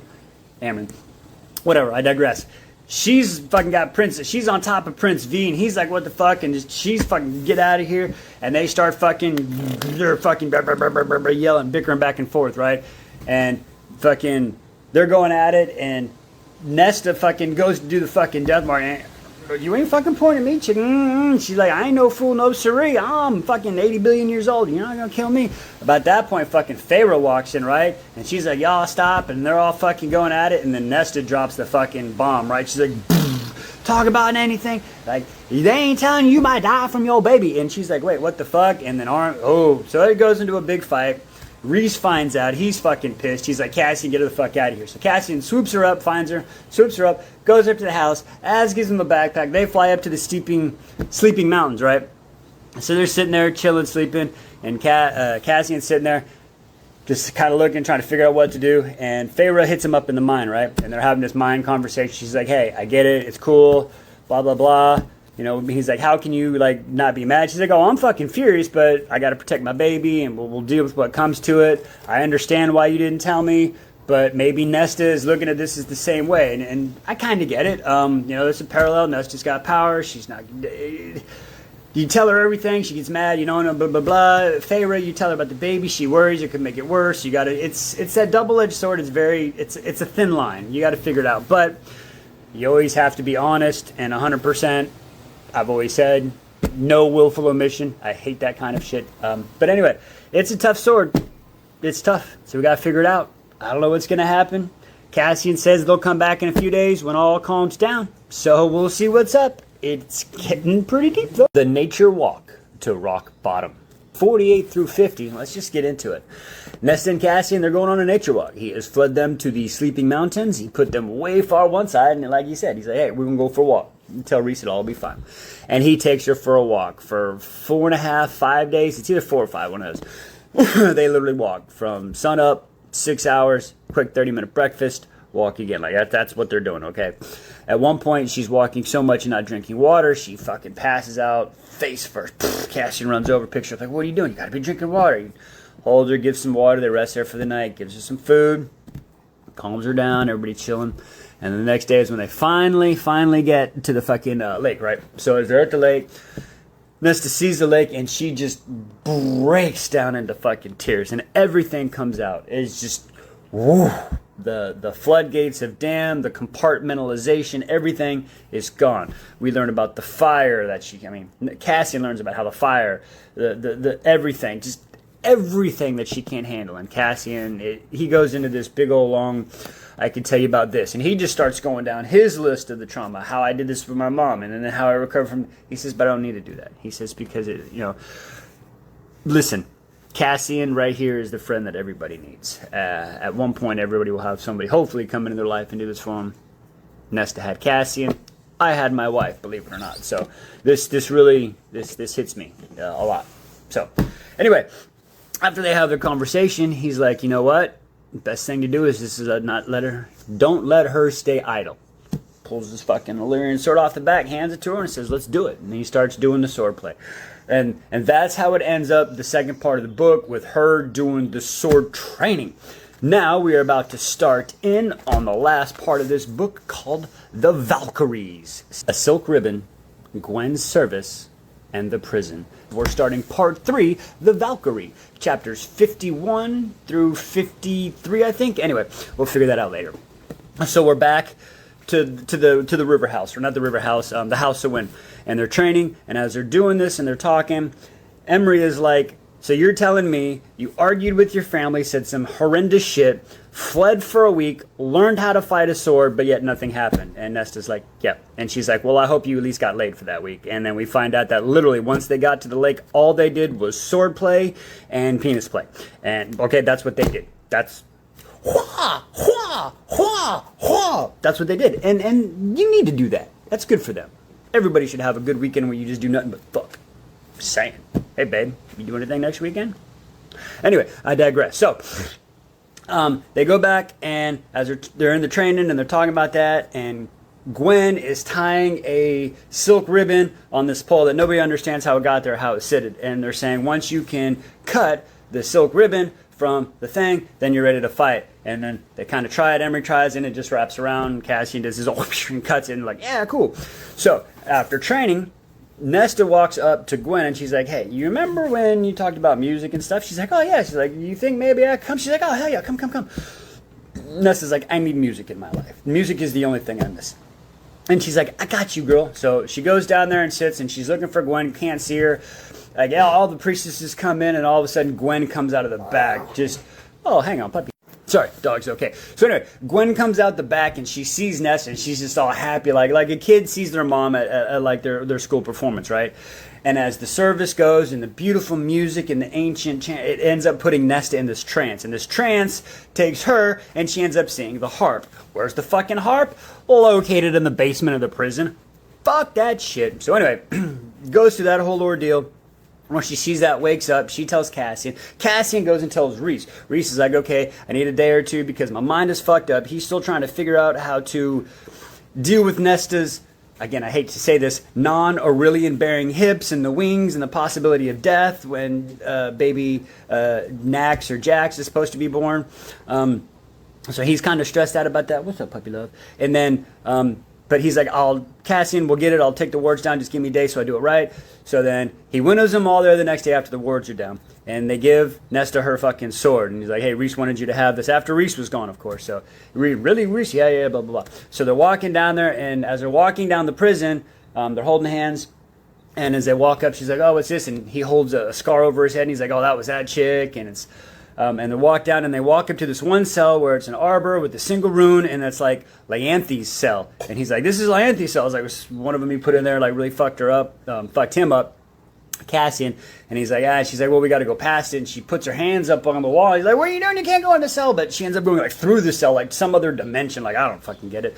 But there's the harp. So she sees the harp, and she's like slowly trudging through. And Cassian's like, "Yeah, I got to do this." And she's like, "Listen, you can't keep me safe forever." And blah blah blah blah blah. And he's like, "Okay, you're fucking right. I won't baby you. You're a warrior." Blah blah blah.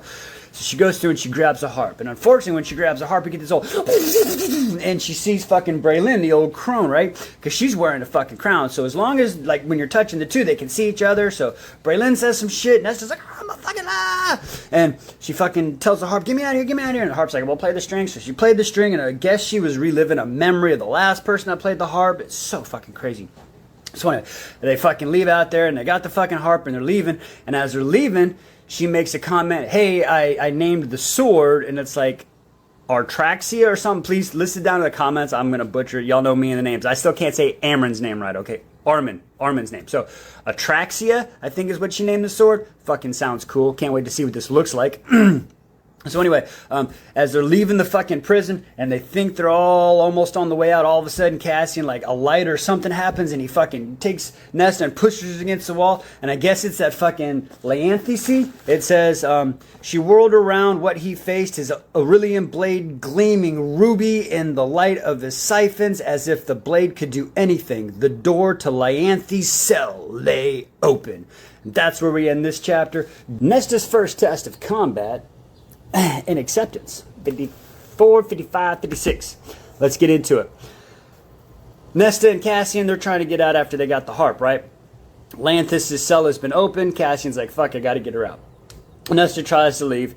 Cassian stays to fight. Nesta sees the fucking Autumn Court soldiers coming. She doesn't know what to do. She fucking grabs a heart. She fucking hits the first string and says, "I want to be by Cassian." So it puts her by Cassian. She sees Cassian about to get his fucking ass killed and dead, right? He about to be DED dead. So she pulls out Atraxis and fucking got the sword, and Lyanthi's like, "What the fuck is this?" And they go into this big dialogue and tell him about the whole past and the wild hunt and all this other BS, okay? There's so much information, but I'm going to try to go through this quick. And then she's like, "Yeah, you're doing too much of this." And she fucking does a little quick, like, two sword maneuver and ends up fucking just barely cutting the mist. And then the mist, after she cuts him, it turns the mist into a fucking, like, a Fae looking dude. And talking about the wild hunt again. He's like, "You can't kill me, blah, blah, blah, blah, blah." And that happens, and all of a sudden Cassian throws a fucking knife, and fucking knife hits him, and Nesta fucking lops his fucking head off, right? And then all of a sudden she gets him up. Cassian can't fucking do shit. The Autumn Court soldiers are fucking coming. And she's like, "Fuck this." So she's like, "Valeris, River home, Favor's home, now," and plucks 3 fucking strings, and they're fucking there. And everybody comes around like, "What the fuck?" And they're explaining. Amelia come over, heal her, and she's like, "I don't want this fucking sword anymore." And they're explaining all the whole things. And Reese pulls the book down, talks about the wild hunt, talks about how there was only one king, making sure he looked at Cassie, and even Nessa's like, "Oh, what was that about? You know, there's only one king of Hybern, blah, blah, blah." Okay, not Hybern, but Printhia. So they go through that. And then it's a day or two.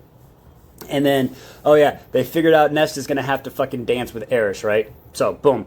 So, she's going to take dancing lessons with Mor. So, it's a couple days happen. And Nesta wants to go to her old home. So, she has Cassian take her there as fucking Winnows in there. So, as they're at the old home, you know, the shack where Feyre, Nesta, and Elaine used to live.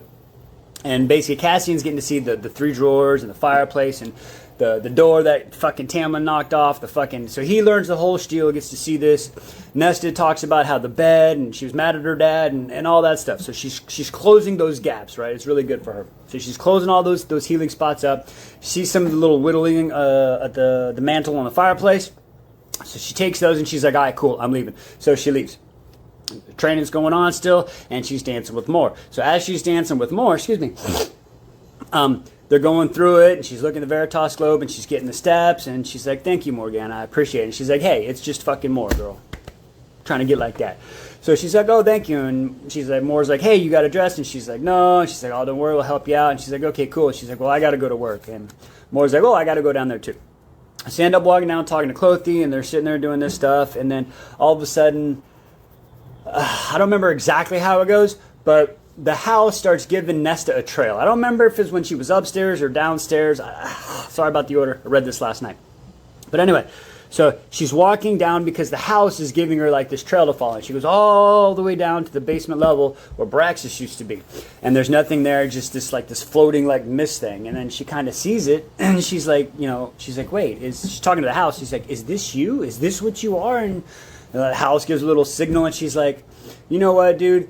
The house, you're fucking amazing. And she just basically puts out her arms and she says, thank you for everything that you've done, and I love you, house. And the house just fucking basically engulfs her and like hugging her in this. Like, the fact that I like a house more than I like fucking Tamlin the High Lord, it just says something. I'm just saying. A house is greater than Tamlin. A house is greater than Tamlin. Remember that. The Dance of Nesta Archeron, Chapter 57. Let's get into it. Okay, so it's like night one of the winter solstice this year. So they're down in the Hue City. Excuse me. And this is where they're going to have Nesta dance with Eris and seduce him, right? So they come down here and everybody walks in. Ladies and gentlemen, when I say everybody walks in, even Elaine shows up. Elaine is wearing a black dress. What? Okay. Picturing this blew my mind, but I digress. Wow. So everybody shows up. They see that Feyre's pregnant. Reese is letting the smell, her scent, be known so they know it's real. So everybody's like, oh, wow. So they do the whole blah, blah, blah. It starts. And then Kier and Eris, they come up and they bow and say, you know, blah, blah, blah, does her stuff. And then this is where Reese pulls the first what the fuck. He floats over a gift to Eris and then kind of blocks everybody else from seeing it, really. But it's the dagger that Nesta made. And he's like, wait, this has got fire. And he's like, yeah, here, you know, since you're fighting ungodly things or unworldly things, creatures, you might need something, Feyre says. And he's like, well, you had this? And he was like, yes, it is a family heirloom. He didn't lie. That's willful omission. It's lying. But still, it's Eris. We don't give a fuck about Eris, but I digress. So Eris sees that and he's like, thanks, here, hold this while I dance. And Reese takes it back. He's like, Feyre, I'd ask you to dance, but, you know, well. And he kind of looks at Elaine, and then Nesta's like, nah, I got this. So they come out there, and then they do this dance. And, oh, my God, I wanted to stand up and clap at the end of this fucking dance. Holy shit. So it's a waltz. 1, 2, 3, 1, 2, 3, 1, 2, 3, bum, ba-da-dum, bum, ba-da-dum. And then it starts, and then it gets faster and faster and faster. And they talk about how it ends on, like, 12 spins. And most people that do it, unless you are, like, the prima, you either are embarrassed because you can't make it or you fall on your face. So all of a sudden, you know, Eris got some dance moves. Let's give the dude credit, okay? And something about him and Moore still ain't right yet either, but I'm digressing. So anyway, so they do the spins, like fucking 12 spins, and then the whole boom, boom, stop, and everybody fucking clapping. Nesta's like, yeah, let's go. Boom, next song. And then the third song comes, and then Cassian can't deal with this shit no more. So he kind of fucking cuts in, and Eris is like, yeah. And Nesta's like, oh, share. And then dances with Cassian, and then Cassian passes her off. That sounds so bad, but hands her off to Az, and then Az dances with her. And then finally, they look over, and Cassian is talking with Moore. Reese is talking with Feyre and Eris. Reese lets him in on the mine. They're looking, and Eris is up in this mug offering anything for Nesta's hand in marriage. And Reese is like, what? They're like, well, whatever. So they play that whole game, and everybody else is like, what the fuck is happening? So, I mean, in 3 dances, Nesta's got him on the ground. Ladies and gentlemen, the power of a woman. It's amazing. Winter Solstice, Night 2. Chapter 58. Yes. Okay, let's get into it. So, the night before, Nesta danced with Eris. Fucking mwah. Alright. Now it is Feyre's birthday and night 2 of Winter Solstice. So Nesta is sitting outside the river house and even says, you know, 1 year later, same people, different house. But anyway, so as she's standing in the door, Cassian kind of sees her outside the door and he lets her and he's like, hey, come on in. And so she's coming in and listen, she's having a hard time, but it's much better than last year, okay? So Elaine and her sitting there talking, and Elaine comes up. Ooh, my head's all messed up. And Elaine's like, hey, listen, it's Feyre's birthday. She's pregnant. Don't be a dick. And Nesta basically goes, oh, fuck you. Oh. And then they kind of sit there, and then Elaine just starts dying laughing. And she's like, oh, you've never done that to me. I guess that's a good sign. And then Nesta's like, oh, wait, what? And then they kind of go inside. And then they go through the whole spiel. Okay, and everybody's being nice to her, and they're giving gifts, and then finally, Az comes up to her. Az comes up to her and gives her a little gift. And she opens it up, and it's like a little globe and a clip, and she's like, I didn't get you anything. He's like, it's okay, I understand, don't worry about it. And he's like, it's a glow lamp for when you're reading. And she's like, what? He said, you clip it to the book, and then you just put it up, and you just tap the light. And she looks at it, and all of a sudden, Nesta fucking taps the light, puts it down, and jumps up and hugs him, and goes, oh my God, it's perfect. Everybody's like, oh my God, what's going to happen? And it was great. And then everybody comes up, and then this is where Armin, at another point, comes up behind Nesta. And says, hello, girl, or whatever Armin says. Armin, fucking, I don't even care her name anymore. Y'all keep making fun of me. Anyway, and Nesta turns around, and she just loses it, drops to a knee, and begs for forgiveness. I'm so sorry, you were a friend, you did this, you did that, I did all of this, and then it was all forgiven. It was all good to go. Hallelujah. Nesta is mending bridges. And then everybody goes on. Cassian comes up and is like, hey, we're going to stay here for the night. Yada, yada, yada. Too drunk. Winnow back. Fly. Bad. Stairs. Stupid. You know. So they stay there. And as she goes into the bedroom, she notices that it's exactly the way she decorated. She's like, man, if only Feyre would have... Oh, wait. Feyre did ask me to decorate, and this is exactly how I did it, so I guess Feyre did it anyway. Thumbs up, Feyre. So, as she's sitting there, all of a sudden Cassian walks in, and he's like, hey. And she's like, oh, and he hands her a gift. And so she opens this gift, and it's like a little egg.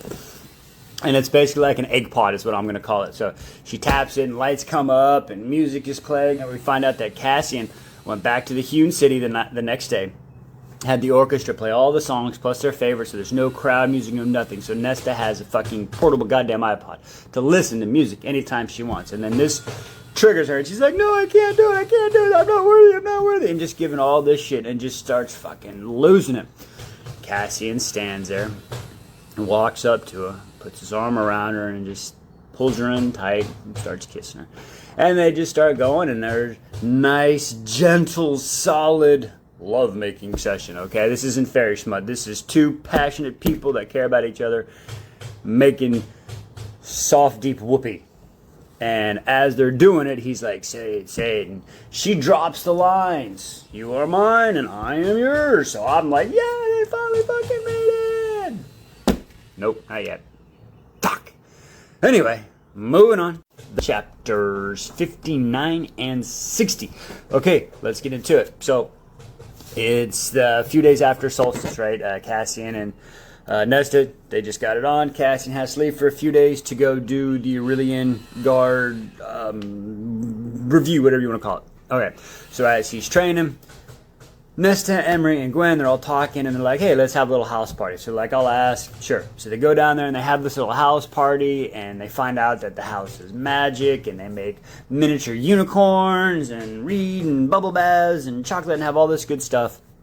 And then Gwen's like, hey, I got something. And they all start to make these little friendship bracelets, basically, and then halfway through, they put a charm, and then Nesta's like, ooh, here, let me make the wish of the charm. She made magical charm bracelets. If you look closely, you could see the silver fire. Bitch is making shit. It's fucking awesome. Anyway, digressing.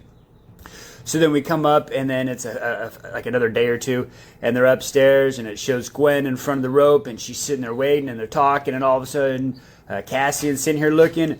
Boom! She cuts the fucking ribbon, and she cuts the ribbon. It's fucking so awesome. Nesta comes down and wraps around her head and calls her Valkyrie. And then later on that day, fucking Emery does it. And then same thing. And then fucking Nesta does it. And as soon as Nesta does it, Cassian and her really haven't even said much word. There's just been this like tension, right? Oh, and trust me, at the girl party, they were talking if Cassian walks the walk. Okay, just so you know. So they all know.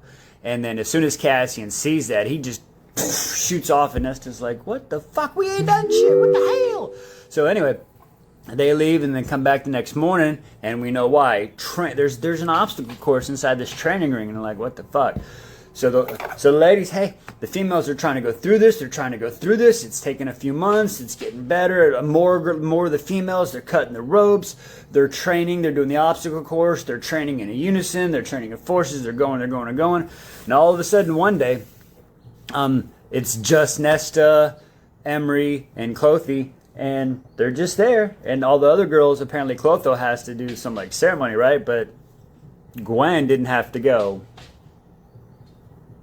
Just saying. Suspicious. Don't be suspicious. Okay, sorry. Anyway, I'm digressing. So, anyway, they do the obstacle course. For the first time, they actually cleared the obstacle course. So they fucking go in there and they clear it. And all of a sudden, you see Cassian and Az are all happy. And they look up and I guess fucking Devlin and one of his fucking cronies came down. Apparently, this obstacle course is the qualifier for the blood rite. So he walks up and he's like, hey, ladies, y'all just qualified for the blood rite. And Devlin's pissed and him and his little buddy fucking bounce out and fucking leave. And then after they bounce out, Nesta walks up to him and she's like, so wait, what? And he's like, yeah, these are the past qualifiers from the entries to follow the blood rite. And they're like, wow. And he's like, yeah, by doing this, you just proved that you ladies are just as trained as any Aurelian warrior or anything else. And she looks at him, she goes, I'd rather be a Valkyrie. And walks off and Cassian goes, God help us. Fucking beautiful. Oh, I got more. Stairs, Starfall, Eris, fight, what the fuck? Let's get into it. 61, 62, 63, right before we start the last part. What the fuck? Okay, so they just finished the training, right? And Nesta's like, I'm doing the fucking stairs. So she fucking walks all the way down the goddamn fucking stairs. She makes it all 10,000 freaking steps. She gets out, she opens the door, and she's like, wow, what do I do? Fuck it. Starfall! Oh my god! So she's got to go to Starfall. So she fucking goes all the way back up, okay? And Cassian is leaning up on the door waiting for her, and she's fucking wore out, and he's like, it's okay. And then they go in, and okay, now Starfall happens, right? And this is where I have to make a correction, because in my last video, I said she apologized to Amryn at Solstice. That didn't happen. She didn't even get to talk to Amryn, because Prince V was like, yeah, just let her alone. So as they're sitting there at Starfall and they're looking out at the stars, she's touching a star. And this is where Amryn comes up and says, or Armin Amryn, fuck, I can't remember her real name now. Anyway, says, hey girl, and she turns around and this is where she drops to her knee, bows her head and says, I'm so sorry, and apologizes. And everybody, it's fucking great and wonderful, right? So I had to make that correction. Okay. And then we go back to... they're in the middle now, and Eris, Nesta, and Cassian are sitting there, and they're talking, and Eris starts giving the whole history lesson about the mountains, and the prison, and the peak, and Rommel, and yada, yada, yada, yada, yada. And we start talking about that, and Cassian's like, I don't need a history lesson, and then they start going back and forth, and as this conversation, they say, Cassian's got that courier voice now, he's playing the part, and Nesta's like, ooh, boy, I want some of that. Like, she's turned on by it, right? But he's got, like, hey, listen, after, on Solstice 2, I forgot to mention, after they had the nice big whoopee, and it wasn't a crazy one, he stayed there. She asked him to stay that night, so they stayed. So, okay, so he's got some confidence now. So he's dealing with Eris. Eris is trying to low blow. He doesn't take it, right? He even throws a couple low blows back on Eris.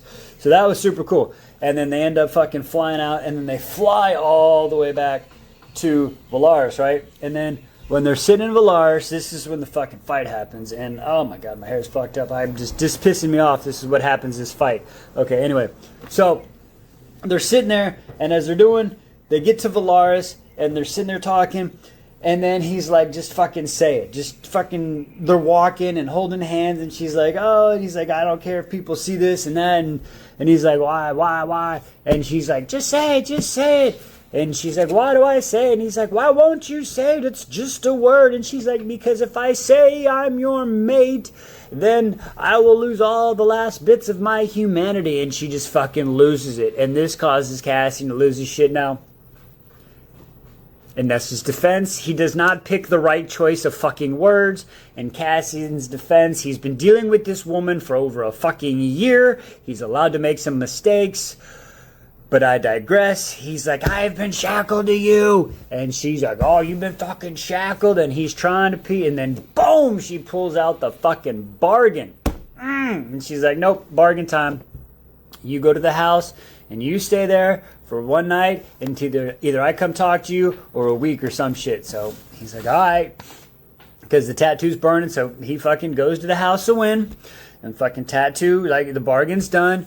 She talks to Moore, I believe, and has Moore winter her out to Emery's place. She's out at Winter Haven, and she's out at Emery's place, and Emery's sitting there talking to her, and sure as shit, no fucking Gwen shows up. Ladies and gentlemen, Gwen walks through the fucking door, and Nesta's like, oh my god, you're here, and she's like, hey, one of my boos, she needs something so I can face my fears. So they sit there, and the girls get through it, and she talks it, and they tell her about it. And Nesta, like, I get it. She was mad. She doesn't, I understand. But she even comes through and she says, okay, I'm not going to make him wait. I'm going to wake up in the morning. I'm going to go tell him we're mates and I love him and it's all going to be okay. And I overreacted, right? And they go to fucking sleep, and all of a sudden, Nesta wakes up and she smells this male smell. It's not Cassian, it's not Az, and it's not fucking Reese. And she hears fucking Gwen scream down the room, and it goes fucking silent. And then she's fucking not there. And then Cassian, like, he was like, hey, so that happens. And then Cassian wakes up. He's like, I'm fucking flying to Winter Haven because, like, the whole wording of the bargain, he's going to play, like, you know, in the gray area and get there and fucking talk to her, right? And he fucking flies there, and sure shit, the door's fucking locked. I think Reese and Az is there too, or so I'm not sure. But he fucking kicks the door off the fucking hinges and walks into the fucking and the door's there. They smell it, and Az or Reese comes back, and they've confirmed it. Because they had to winnow in, so they figured that out. But apparently, you know, they're like, well, the Aurelians couldn't do it. But on one night, Aurelians get the magic to winnow.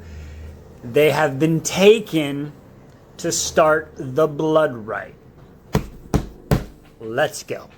Blood Rite Part 1, Chapter 64 to 68.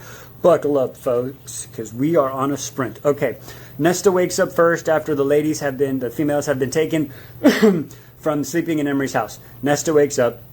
There's a guy there. We find out his name later on is Novus.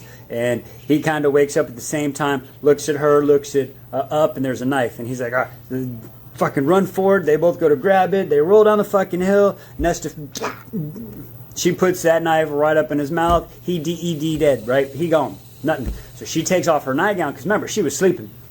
And takes his clothes that don't fit. She takes off running. Later on, people start wrestling, wake up. Somebody comes after her. She does this whole cool fake kneel to get down. They got a bow and arrow. She comes up, slash, wah, wah, wah, I'm a Valkyrie! Like, beautiful. It's like the female version of Cassian, the way she's moving, right? It's the way they describe is awesome. So anyway, so she gets that, takes the bow and 2 arrows, and she starts running. And she's like, where do I got to go? I got to figure out where we're going, because she knows there's 3 dumping spots and all the history from Cassian. Climbs up a tree, realizes she's on like the east side, so north and south. She's like, where do I go? And as she's turning, she looks down at her wrist where she's got the bracelet. Remember, she made those charm bracelets, so her and her sisters, Nesta, Emery, and Gwen, could find each other no matter what. So the little shiny light north, south, not too bad. North is really shiny, so she's like, all right, we're going north. So she runs north, and as they go north, she hears the water. She sees a bunch of Aurelians on the water, and they're talking smack, and they said, yeah, we lost a chick, blah, blah, blah, blah, blah. So they don't know which one, but they said, like, we lost a cripple girl or whatever. So she knows it's Emery over there. So she's looking, scans the river, finds Emery down the river, takes her clothes off, trudging across the water. Why do you say that's bad? It's the winter time, so it's freaking freezing water. Grabs Emery, she's still buried alive, comes all the way back to the shore. Gets her on shore, builds a fire, puts clothes on her, and that's just sitting there trying to warm up. She's nakedness, okay? Finally, she's like, cave system, because when her and Cassian did the long walk after the whole thing where the blow up where she yelled at freaking Feyre, talked about the cave system where to sleep. So she's looking for caves, can't find anything. Then an Aurelian called Balthazar, he's the one good one that we kind of find in this whole thing, and he explains, like, I ain't going to try to kill you, Feyre Cursebreaker, that ain't happening, I'm not crossing her, we'll be good. Listen, I'll get to the mountain, path less traveled, I'll be good. Politic. And he's thinking the future, not just trying to say, I killed. Not happening. So they end up staying in a cave that night.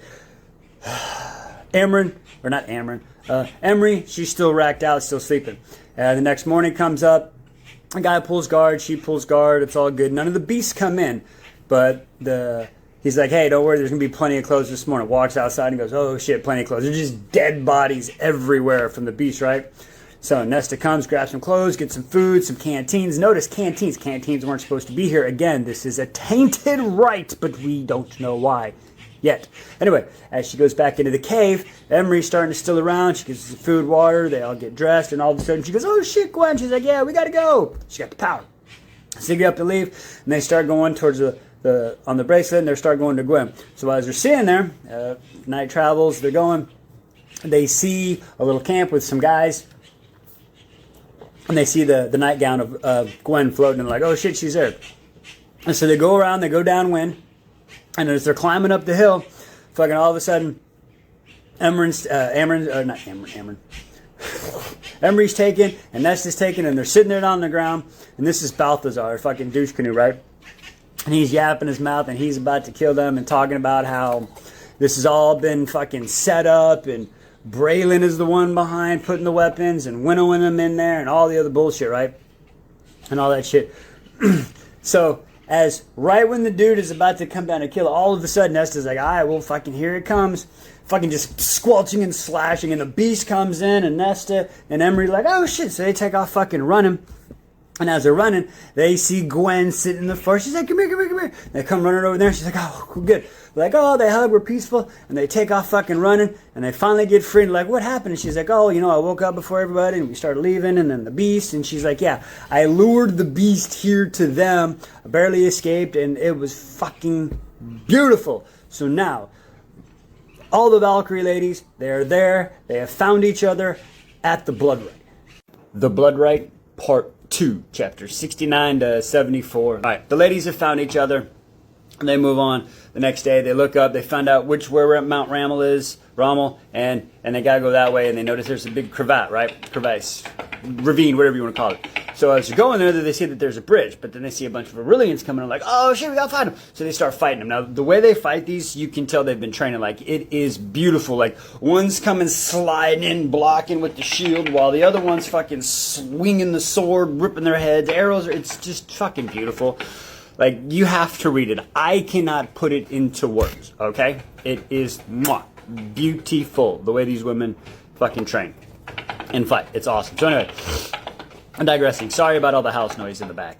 They're building houses. It's progress. Anyway, and so they're finally going, and they're trying to get across the bridge. There's a few, they got those people down. Some more guys are coming. They're running across the bridge. And Emery's fucking almost there. And all of a sudden they hear, and a big old scream. They look back, and Gwen's got a fucking arrow in her leg now. And they're like, fuck.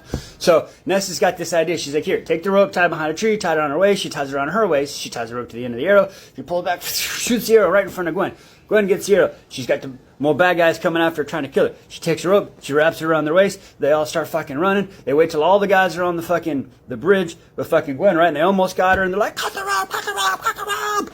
And whoosh, fucking like they do in, excuse me, Indiana Jones, Temple of Doom, right? And it fucking comes down. I was waiting for the, num shaba, and like, fuck, nope. They fucking pull her up, right? Her hands all bloody from the fucking rope. Very descriptive about how the blood is on the hands of pulling the rope because of the weight. And it's great. So they get there, and then we go for like 4 days where they're tying themselves up in a tree, and they're working their way towards Rommel. Now, the whole time this is going on, I've kind of been bypassing it, but Cassian and Az, they're over the mortal lands. They're circling Braylon because Eris has been taken. Okay, so they're sitting there just circling, trying to figure out what's up. They're having conversations back and forth. Listen, Cassian doesn't know what to do because his fucking mate is in the fucking Blood Rite, and he's sitting here having to do shit. But Az is like, listen, it's your fucking mate. You know she's alive because if she was dead, you would feel it, okay? So we're just going to go with that. Calm down, Cassian. She's okay. You trained her.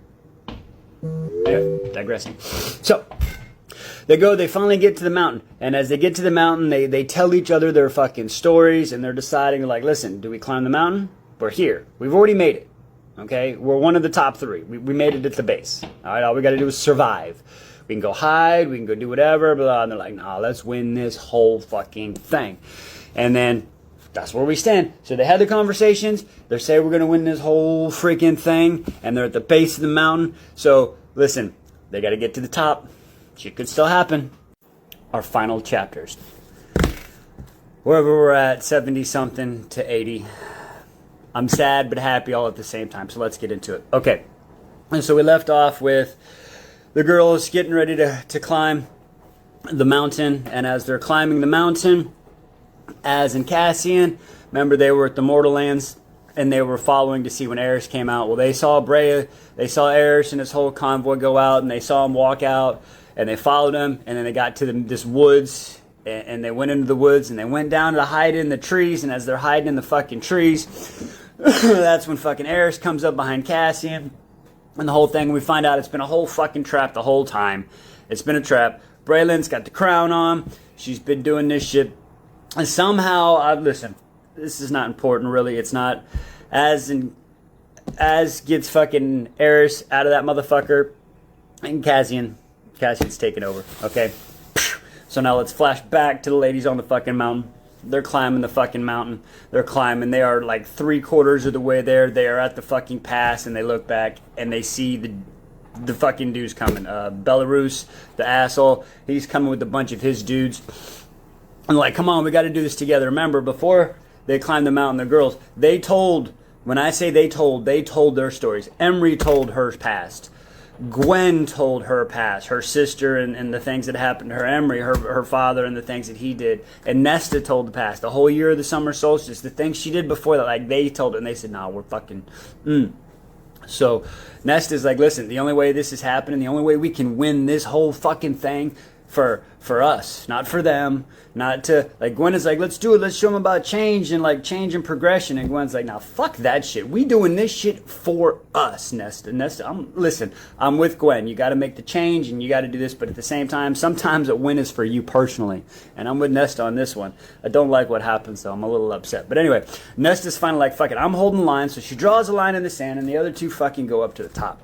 Listen, I appreciate that Nesta lets them go to the top. And listen, they're going to touch the top and fucking rock. And those two win the whole fucking thing. But Nesta doesn't. Listen, I love them too. I think Nesta deserved to touch the top. It's just me. But digressing. So anyway, so she's sitting there at the path of Annulus, and she's fighting like the legend says. So that is amazing. I think they should have kept that part. And I think what she should have done, though, is as she's fighting, she needs to be fighting her way up. She doesn't do that. So she's fighting. She's killing them all. Finally, Belarus fucking shows up. And they're sitting there and they're fucking going. And as soon as he's getting ready to attack, fucking blood squirts. Like, what the fuck? I'm like, hell yeah. It's fucking Cassian. He has been possessed by fucking Braylon, the old crone in the crown. And then they're sitting there. And then Braylon, listen, it happens every fucking time. In movies, in books. And I'm sure it happens in real life. Because books and movies imitate real life. Fucking never monologue, okay? If you decide to be evil, do not monologue. You will lose every fucking time. Braylon starts monologuing, starts saying her shit out, and then she's finally like, fuck this shit. She's fucking, Cassian's got the fucking knife, and he's about to kill, and literally Braylon just says, kill, instead of kill her. Idiot. Anyway, Cassian's like, And this is almost one of those fucking love prevails. And Cassian says, stabbing her. He starts fucking turning the knife on him. And as he turns the knife on himself, something happens. It breaks free. Nesta fucking, what? Fucking everybody's fucking dead. Kills Braylon. Fucking gone.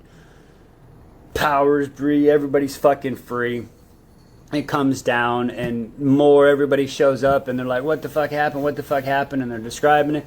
And all of a sudden they're like, it's Nesta! Or not Nesta, it's Feyre! So they go back to the fucking house, right? And Feyre is giving birth. And again, remember, unfortunately, Feyre does not have Illyrian barren hips, so the baby's stuck. They're trying to do a breech extraction. The doctor's got it turned. They can't get it out, so they're talking about a C-section. Everybody's crying, everybody's screaming, everybody's fucking about to lose it. There's blood everywhere. Fucking Reese is on the ground, fucking. He can't do shit. Everybody's going. Finally, Nesta fucking like, wow. She summons the crown, the harp, and the fucking mask. Puts them all fucking on. She's sitting there. She fucking reaches the 23rd string. Boom. The harp. Even death answers to the fucking harp, right? Time stops. Everybody fucking stopped. Nesta's looking around. She's fucking losing it. She gets on top of fucking Feyre and she just starts screaming. She's like, take it back. I take it all back. She's screaming, take it back. She's like, take all the power back. Just let Feyre live. Let Feyre and the baby live. Let everybody live. Take it all back. And she's sitting there and all of a sudden fucking... Feyre's fucking alive. Little light fucking shines to the baby. The baby starts fucking screaming to come. Everybody's fucking happy. Oh my god, we fucking got through it. Nesta once again has fucking saved it. Ladies and gentlemen, just to prove how much fucking saved it. After everybody realizes what happened, Reese fucking turns around. What happened? They see the mask and everything, and then fucking Reese, even with his tattoo that says he will not bow. That man is not on one knee. He is on both knees, thanking Nesta. Feyre's alive. Baby Jax is alive. Everybody is good. Nesta doesn't have all her powers. She gave some of it back, but it's fucking great. Oh, anyway, a few more things happen. Excuse me. Everything's kind of calming down in the end with probably what I say is probably one of the best scenes of ending in a book or anything I've read. It's about the coronation. They're about to do Nesta and Cassian's coronation. Listen, Nesta admitted, I'm the maid, we're mates, we're doing this, like, the whole thing. She's like, I want a big coronation, little bread. Cassian's like, I'll give you what you want. So they're doing this big old fancy coronation, which is a little bitty guess. But before they do that, they go out to the gravesite. Feyre is taking baby Jax, to meet the dad, the Prince of Merchants, his gravesite. So she goes down and she says her things and says, hey, this is the baby. And then Elaine comes up, excuse me, it's sad, this is very sad. Elaine comes up and she says her piece, and then Nesta comes up. Now Nesta she's always had this issue with her dad, okay, we all know that. So she goes up, she goes to the gravesite, and she's sitting there and she's talking. Again, sorry if this gets me. My father's been dead for a long time, and I miss him every fucking day. So I get it. You try to do everything you can to make your father proud because, listen, I don't know what Nesta's going through, but there is a saying that a man only receives flowers at his funeral, and the only person that will ever want to see a man succeed is his father. So, excuse me, I digress. But the way she sits there in the conversation she talks with her father, she finally forgives herself. She finally understands what her father was doing. She sees it from his eyes, and she pulls out the little rose flower that she got from the mantle when she went back to the house with Cassian. Excuse me. And she puts it down and she basically says, "Thanks, Dad." And as she's doing that, just the clouds kind of. A shadow flies over her head, and she looks up and she sees Cassian, and she knows that no matter what, even though that everything's gone bad, that her dad, with everything, that her family, Feyre, Emery, Gwen, and Cassian, they're all going to be there for her, and she doesn't have to do this shit alone, and she is truly loved and cared for. Whew. I wasn't expecting that kind of ending. Wow. Everybody who's been on me with this journey from book 1 to now, that was in February. I want to thank you. When's the next book? This sucks.